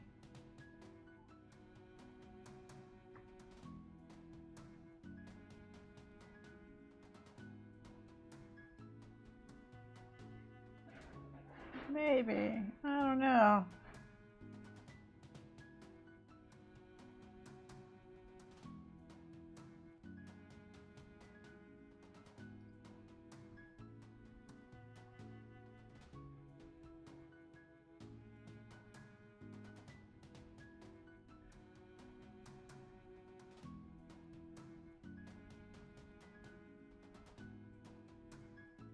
Unicorn Dick says that's how Pinterest sucks you in and steals your soul.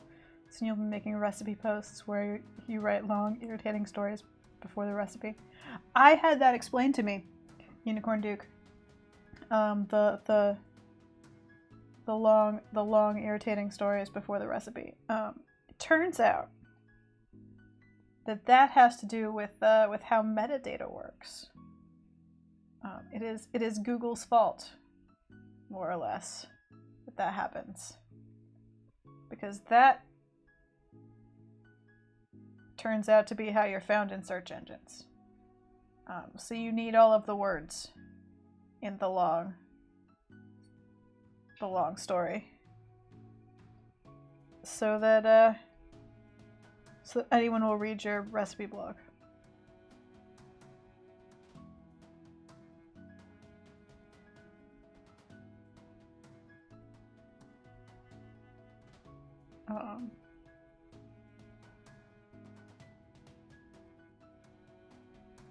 So yeah, there's a reason that they all started doing that. It was not an accident. It was an algorithm.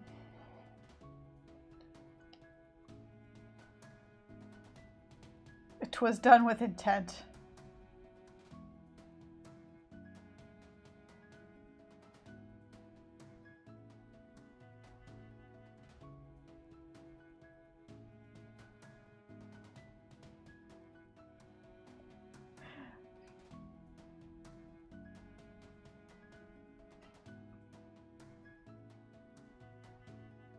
Blame Google happily, says Angela's Wallet. Yeah, it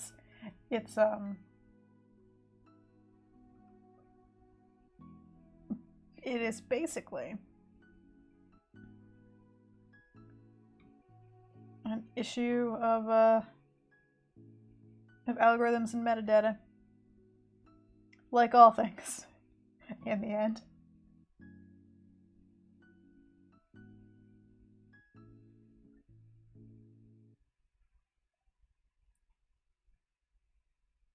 Like all things on the internet, in the end it came down to the metadata.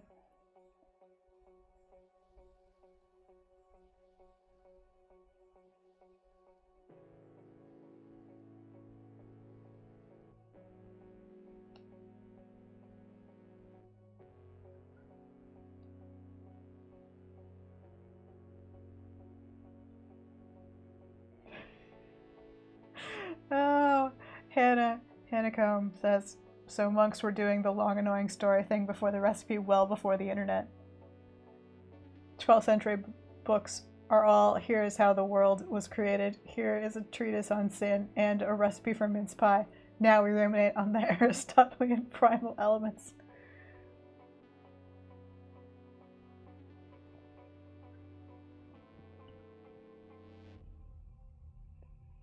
Nice. Drinking my tea there. Mitchie UK says, lots of things were done before the internet. They just didn't annoy as many people at the same time.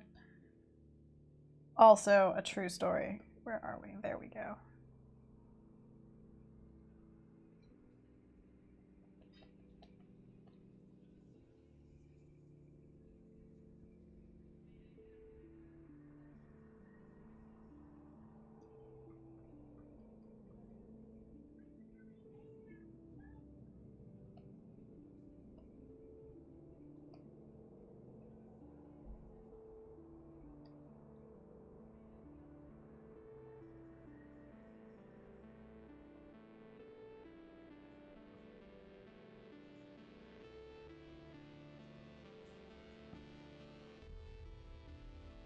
The internet annoying as many people at the same time as possible since the invention of the dial-up modem.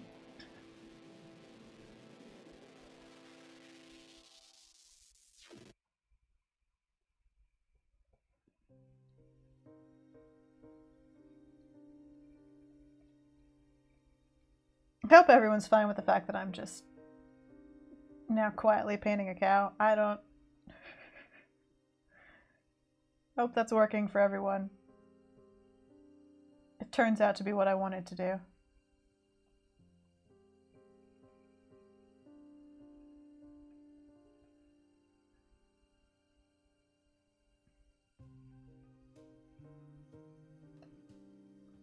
It's got a little bit of a yak vibe going on, but you know, what can you do? Gets noted as fancy fluffy cows are a welcome Friday treat. Good.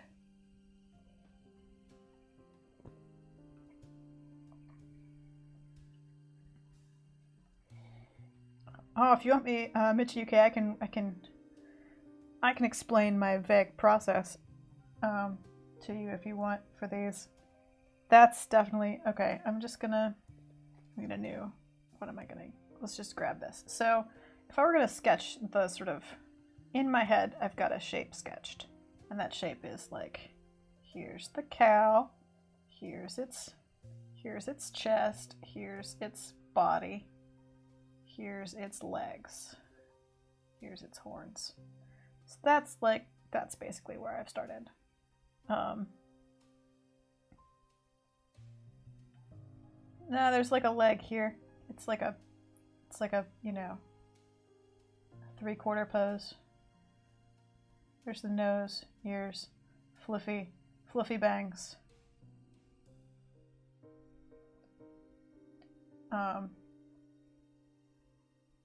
Horns. I need reference for the hooves. I have to browse around. But I think that, you know, anyway, in my head, that's sort of the shape. But instead of drawing that with lines and sketching it out and trying to find the details, I started with just a fuzzy sort of watercolory brush and was like, here, head, legs, body, horns. Cool. So that became my sketch. And then I sort of shaded into it with black. You know, here's the legs, the knees. Good. The nose, ears. This is where the bangs kind of go. Here's the belly, the other leg. Then I shaded back into that with white. So like, okay, so the sun is kind of overhead and behind, so we've got, you know, here's that white also cuts into that sort of soft outline. And then I just do that for a while. That's the sort of general approach that I've been taking with these. With the previous sheep, this one, it's not, I don't know, it's a little sort of brush painting, a little bit like sort of loose brush painting, a little bit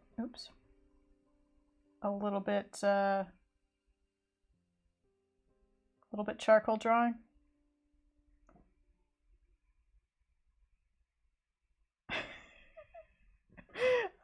Unicorn Duke as a point. Sarah, here's how I drew the first one, draws the second one. But I didn't talk through drawing the first one, and I also jumped back and forth between all the tools and kind of just bumbled along. So to be fair, I wanted to give a better talk through of the actual approach.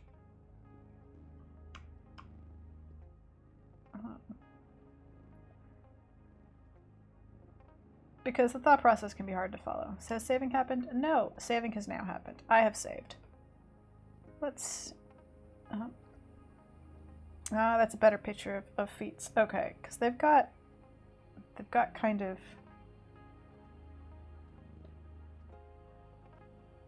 big feet.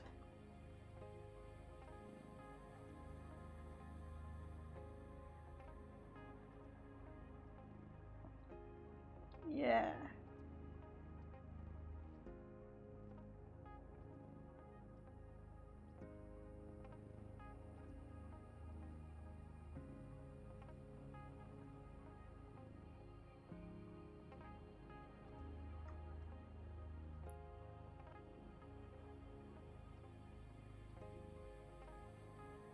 Good. Unicorn Dix was a good explanation, just very funny. Yeah, no, that's I don't argue with your interpretation of I've drawn a thing, I will draw the exact same thing, only smaller and looser in the corner over again.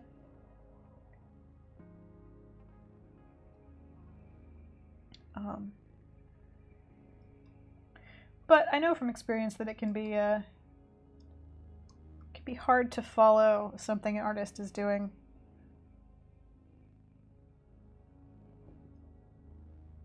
when the thought process is happening kind of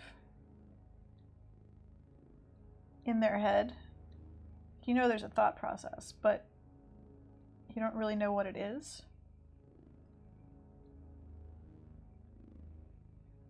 because it's internal.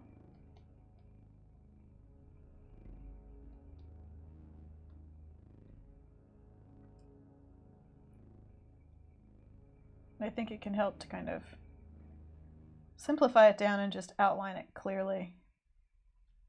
Be like, this is the choice that I'm working within.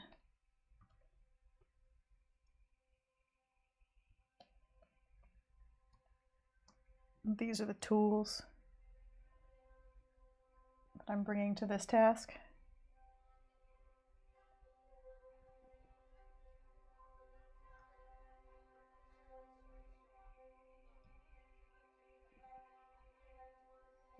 And I don't know, I'm on like a teaching kick today, I guess, so that's just where my head is.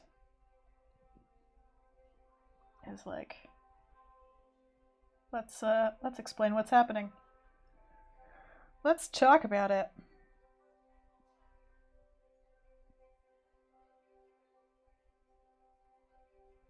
I'm trying to sort of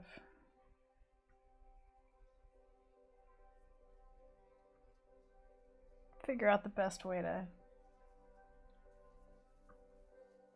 clarify the cow nose here.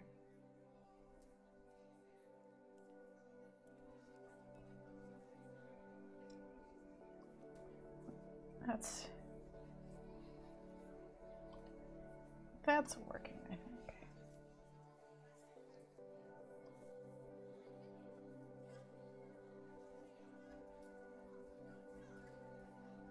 Yeah.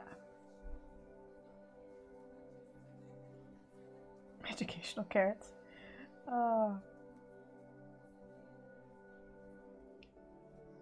Much love in the chat for the coup. The Highland coup. He's close to done. He's pretty clear.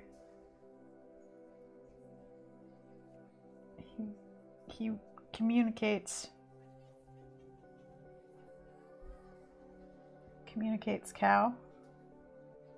Just gonna try and ramp up the fluffiness a little bit.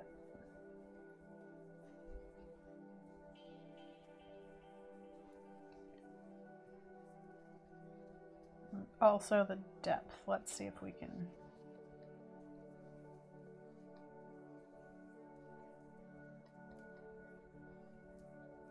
Just little bits of touch up. Yeah. And cut into this softness a little bit.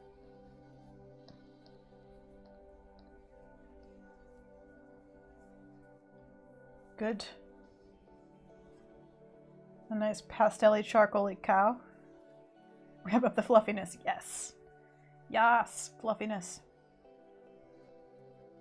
Auntie Shepherd with a PSA. Do not smoosh cow noses. They are sensitive.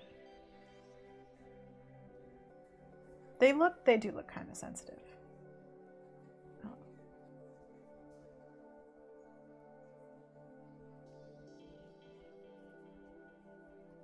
Especially the Highland ones.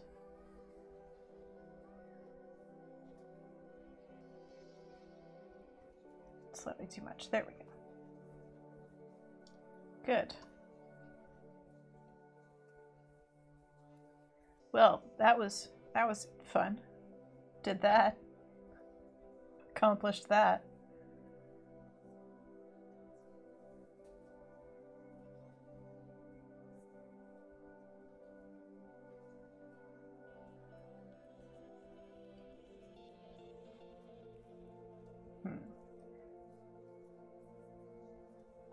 I bet cows like being scratched behind the ears.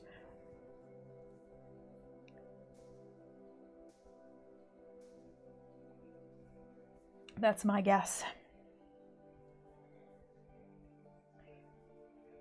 So, oops, that's not going to be the whole cow. Just take a screenshot of the cow. Oh, I have multiple layers. Who knew? That's kind of fun. You can see sort of the initial, like, here's the cow, and then like sort of the just the extra level that I touched it up with.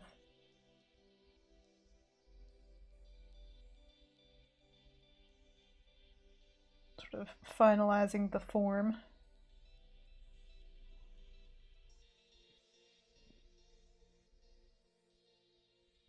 Auntie Shepherd says they like the insides of their ears scritched.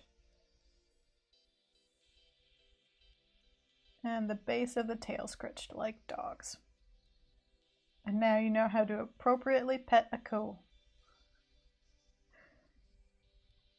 So having saved that, what are these other layers?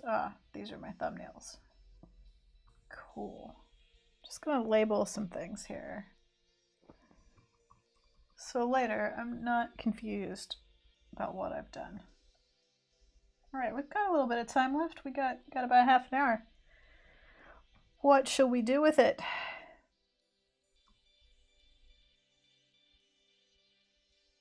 What shall we do with it? We've painted ourselves Highland Cow. Oh, let's see.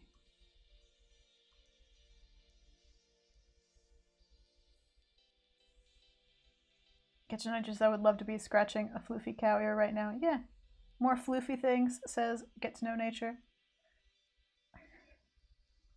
Entrails, says Auntie Shepherd in all caps. I'm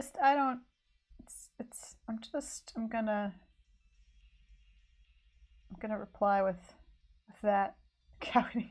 No.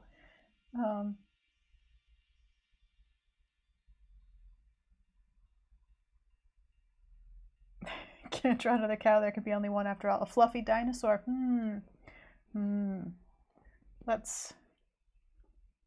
There's always quail.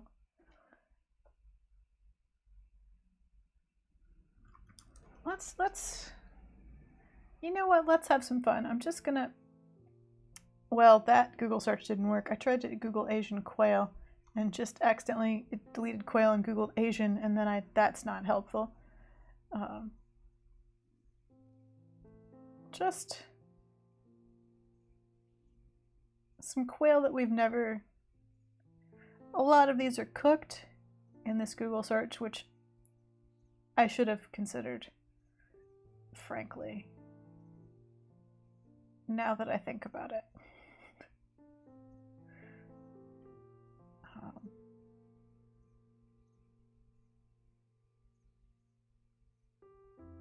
Just, trying to think of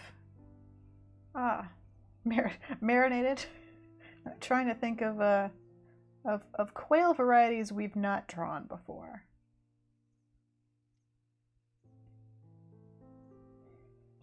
It's true. Figments made cooked as perhaps not what we were looking for.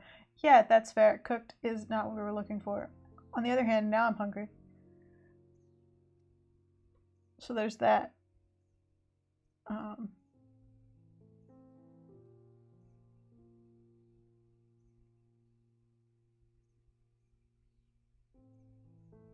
What are you? What are you? You're a pheasant.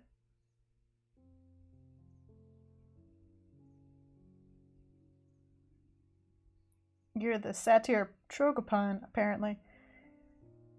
It's quite the bird.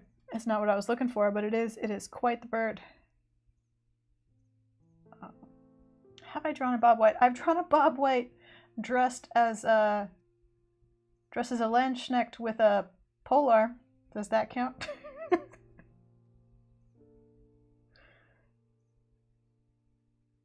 I don't. Angela's Folly says that MusicBot seems soft today. I don't know. It's been warm and chill these last couple of ones.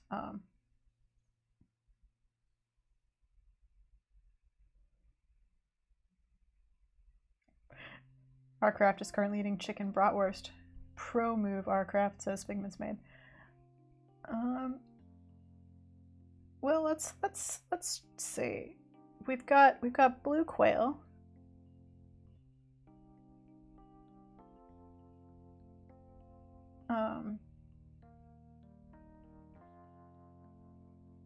Just hang on. Oh no, it's Pinterest. That's not. What kind of quail are you? You're not going to tell me. Because Pinterest is terrible. Still not gonna tell me, huh? Still not gonna.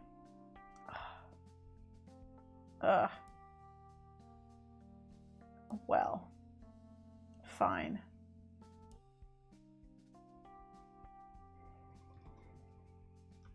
Just look up blue quail then. Oh, that worked. The African blue quail is, I have to say, fairly epic. Let's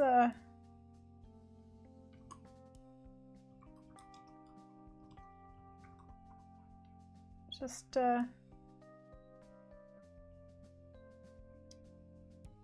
starting to think that's not a thing. Starting to think that's a mislabeled image.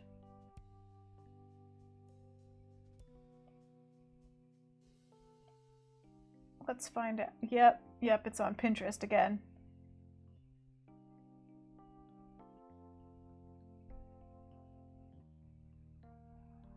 Don't trust Pinterest.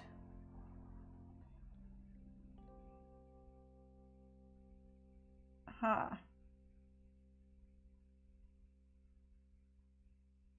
What we're trying to do is identify this quail.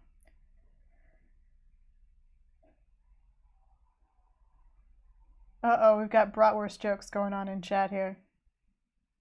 Hanekom says, I didn't know bratwurst came in chicken.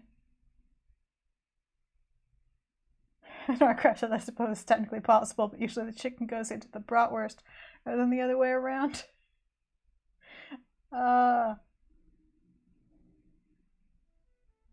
Yes. Oh, I do. That's a good point. It's Bruce Venaccio is the photographer. There's a watermark with a copyright. Good call.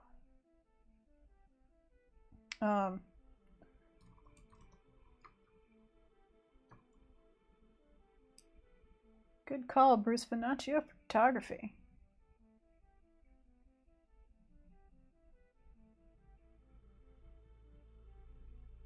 Let's look at birds.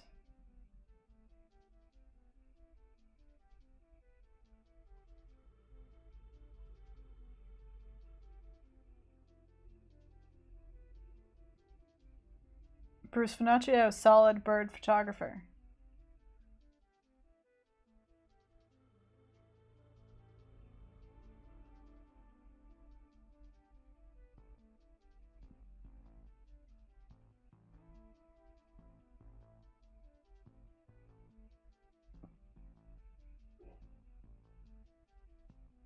Don't know how I'm going to find this specific bird. Oh, it's Oakland Zoo Images. Bruce Venaccio might be a Bay Area local.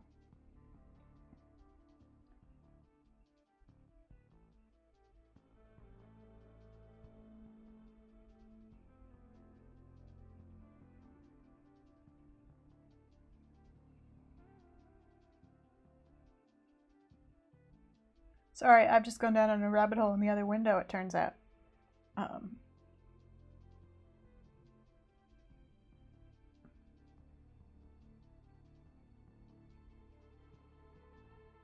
Got South African images.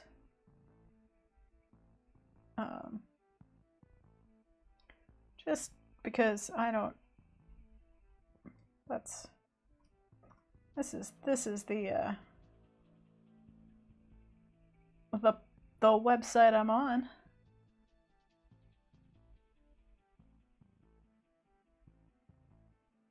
So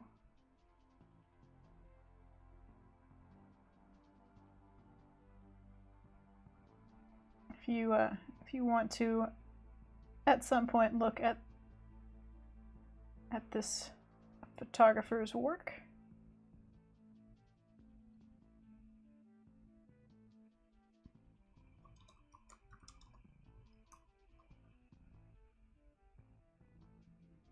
oh, blue mountain quail seems to have helped.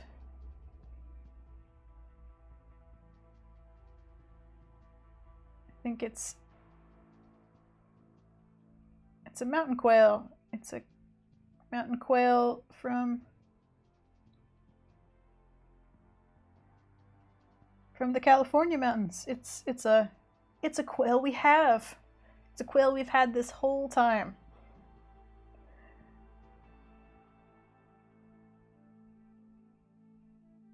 Who knew?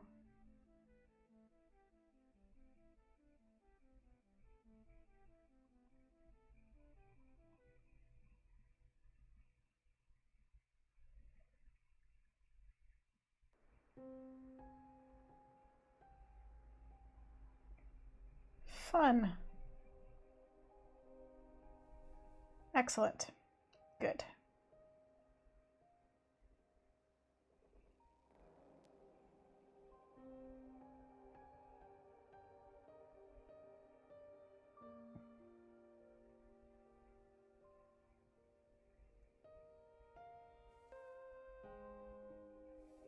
Well, I guess we'll have some fun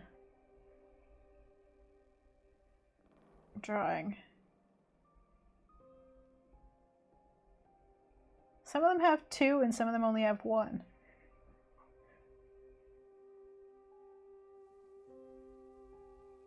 Which is interesting. Little feathers on their heads. I'm sorry, that was not a whole statement yet. I'll get there. So we've got. You know what? Let's just be weird and have fun. How about that? Let's.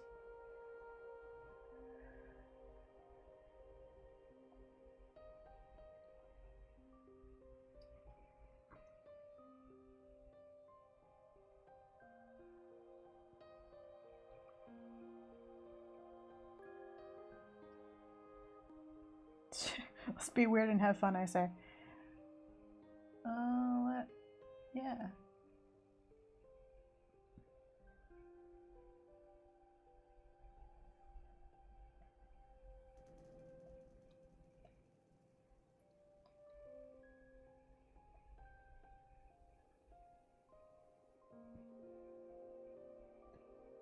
Why?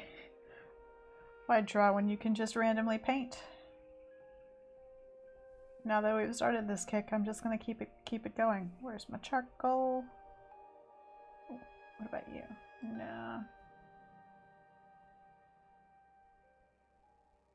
Oh, chunky bonus chunky charcoal. Possibly too chunky. Possibly too chunky. I'm gonna go back to what I was using before. Charcoal perfection.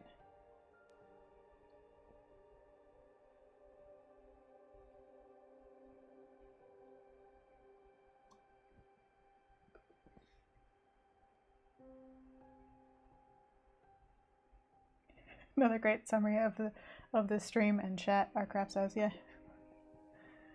Let's just do it and see what happens.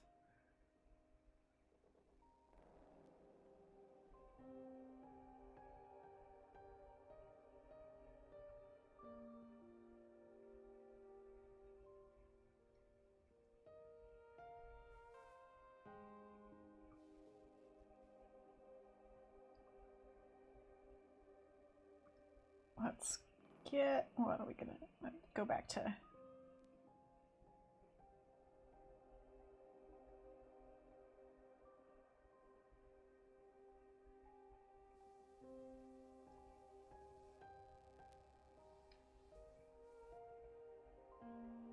Oops, that's a bit too big.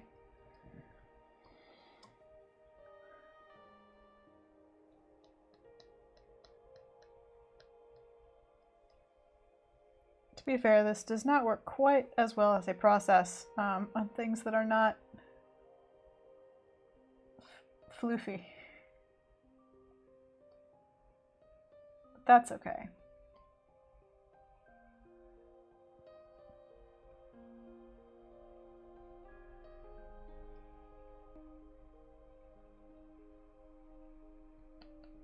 We can make it work.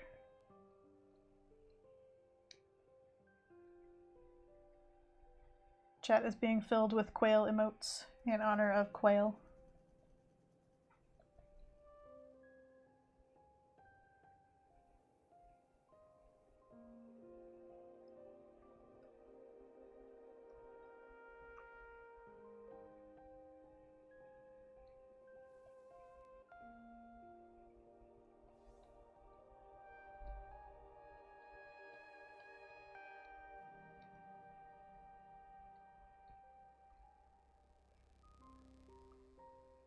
I feel like what I might be doing is the sort of painting process I was doing before, but without a sketch.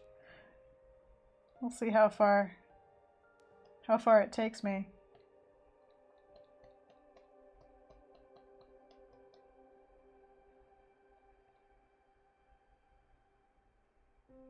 Before I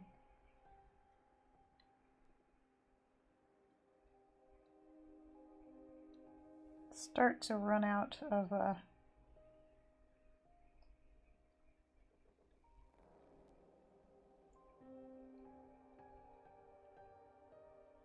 vague bits to work on and have to do detail. Oh, if we need more floof, maybe a baby vulture. Yeah, baby vultures are very floofy.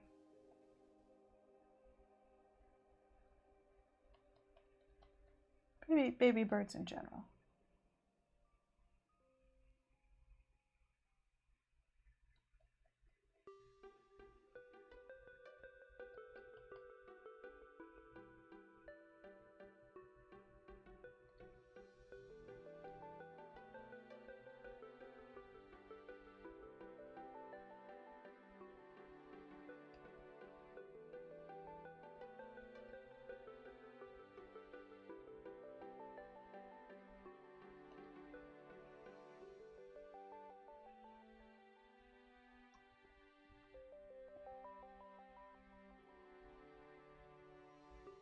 Yeah, see, now we've reached the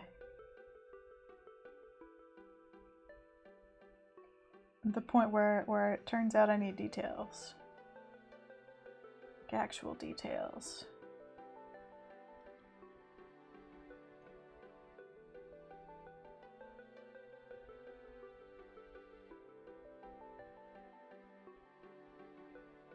Because quail. Tiny little facial features.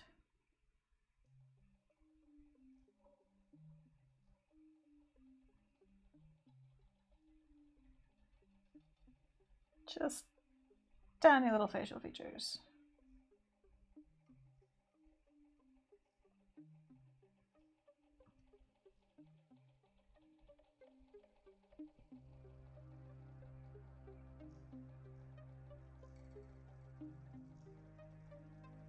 Which is fine.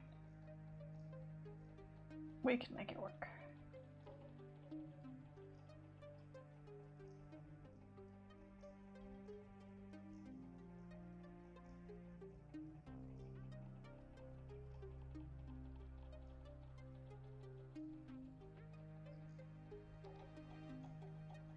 The machine at the end of forever, goodness.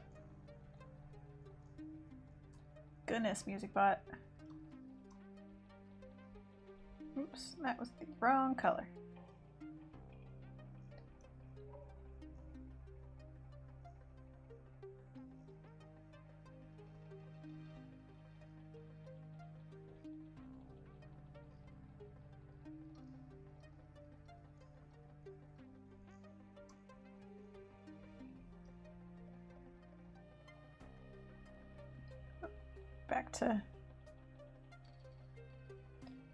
Back to rough, dry, fun, big. Not that big. Just need to be a little bit darker.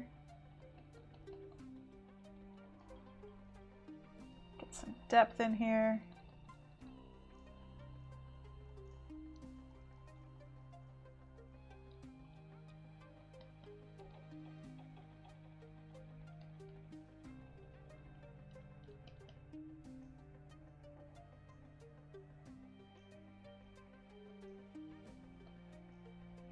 Kind of getting there.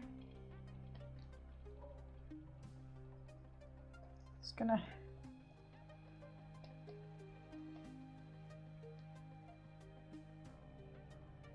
trim away here a little bit.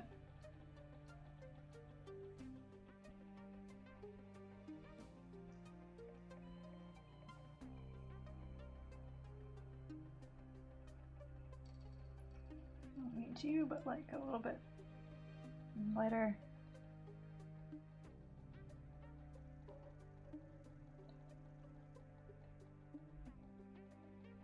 And then some of the real dark.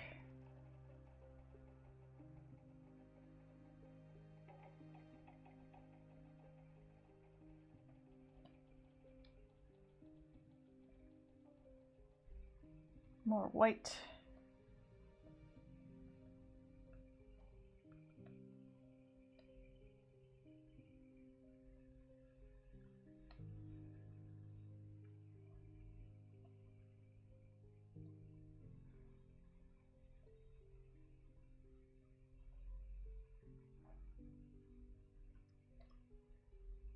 That in there. I know I went all quiet. I don't know what happened. My brain stopped again.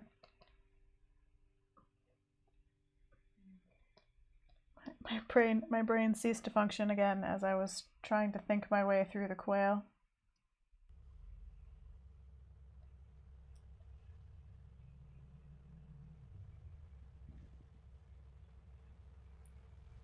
Oh, and quail feet. Quail feet have to be a smaller charcoal brush again.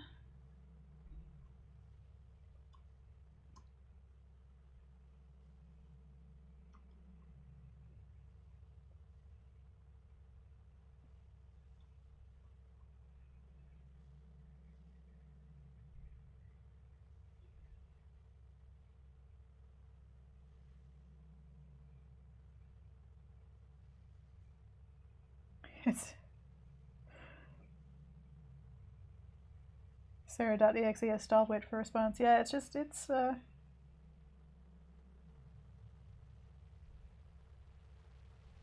sometimes. Oh, none of that works. None of that did any good.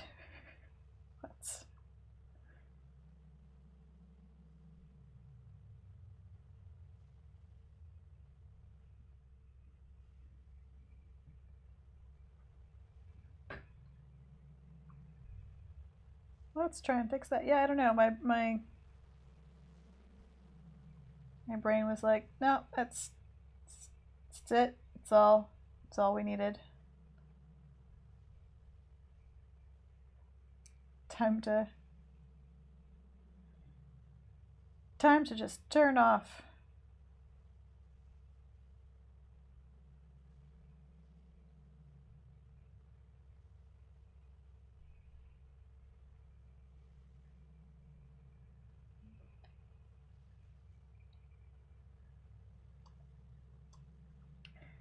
Bye, Hannah. We're going to wrap up here shortly. Getting to the end anyway.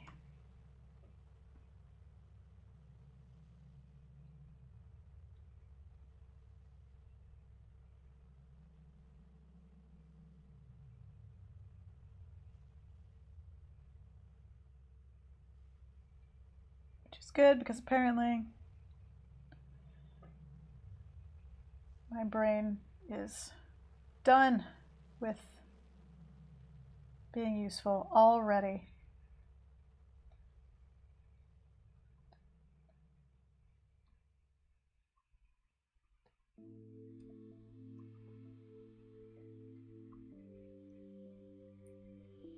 These things happen. I don't know how I'll convince it to do all of its work today.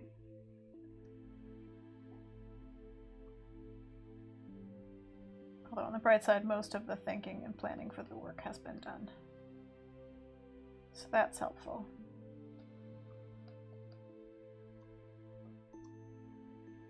And layers. Because we need some ground.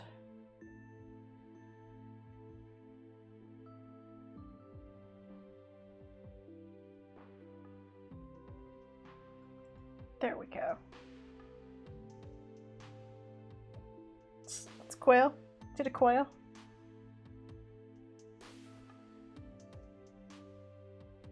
A quail and a cow.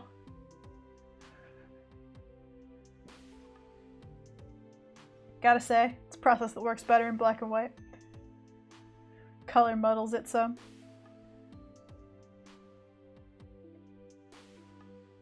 Not as clear, but it is a quail.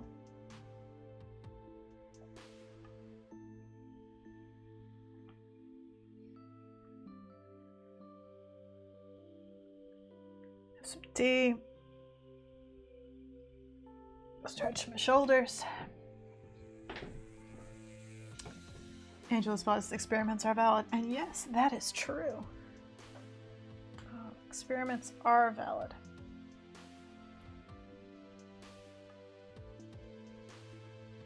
And I mean, look, it's a quail. I'm gonna touch it up some. Just because it's close, but oh, I'm on the wrong layer.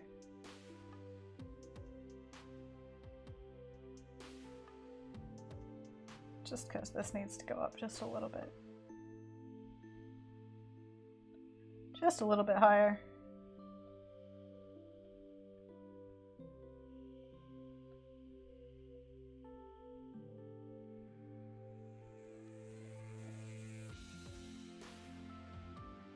There we go. Good. Good, good.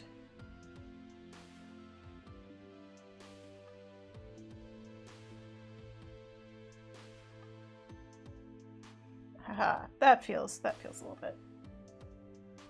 little bit more quail shaped.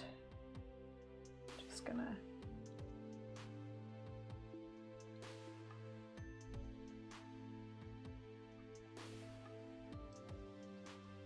ta-da! Excellent.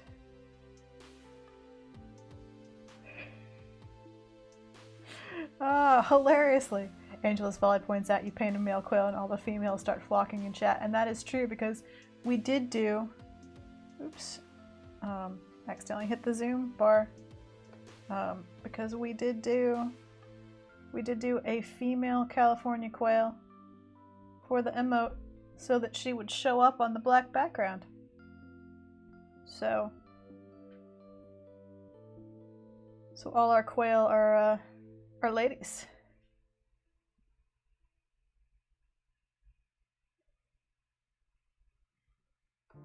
Which is appropriate. I feel pretty okay about that. Just taking some screenshots. Just remember, started all this off with a mouse climbing an ocotillo. Just take a quick screenshot of that.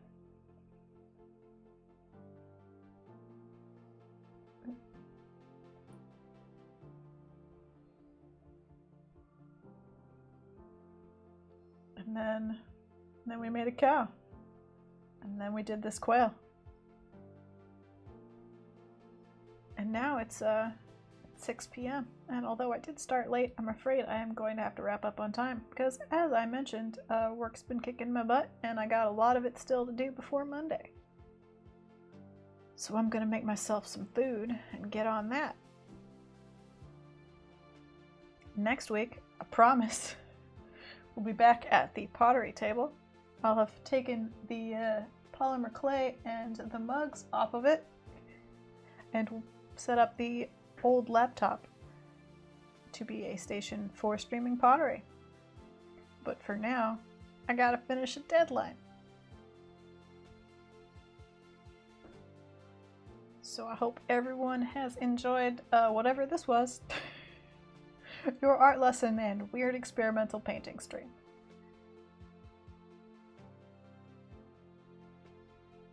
I will see you on Monday again for Monday workday.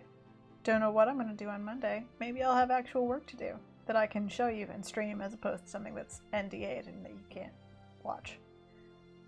In the meantime, have a good weekend and a good night. And be a happy mouse on a ocotillo. Don't get impaled on the thorns of 2020. Scrabble between them and do your best. I don't know where that metaphor was going, but here's where it's landed.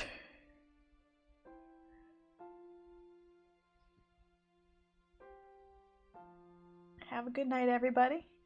I'll see you on Twitter. I'll see you on Monday. Bye.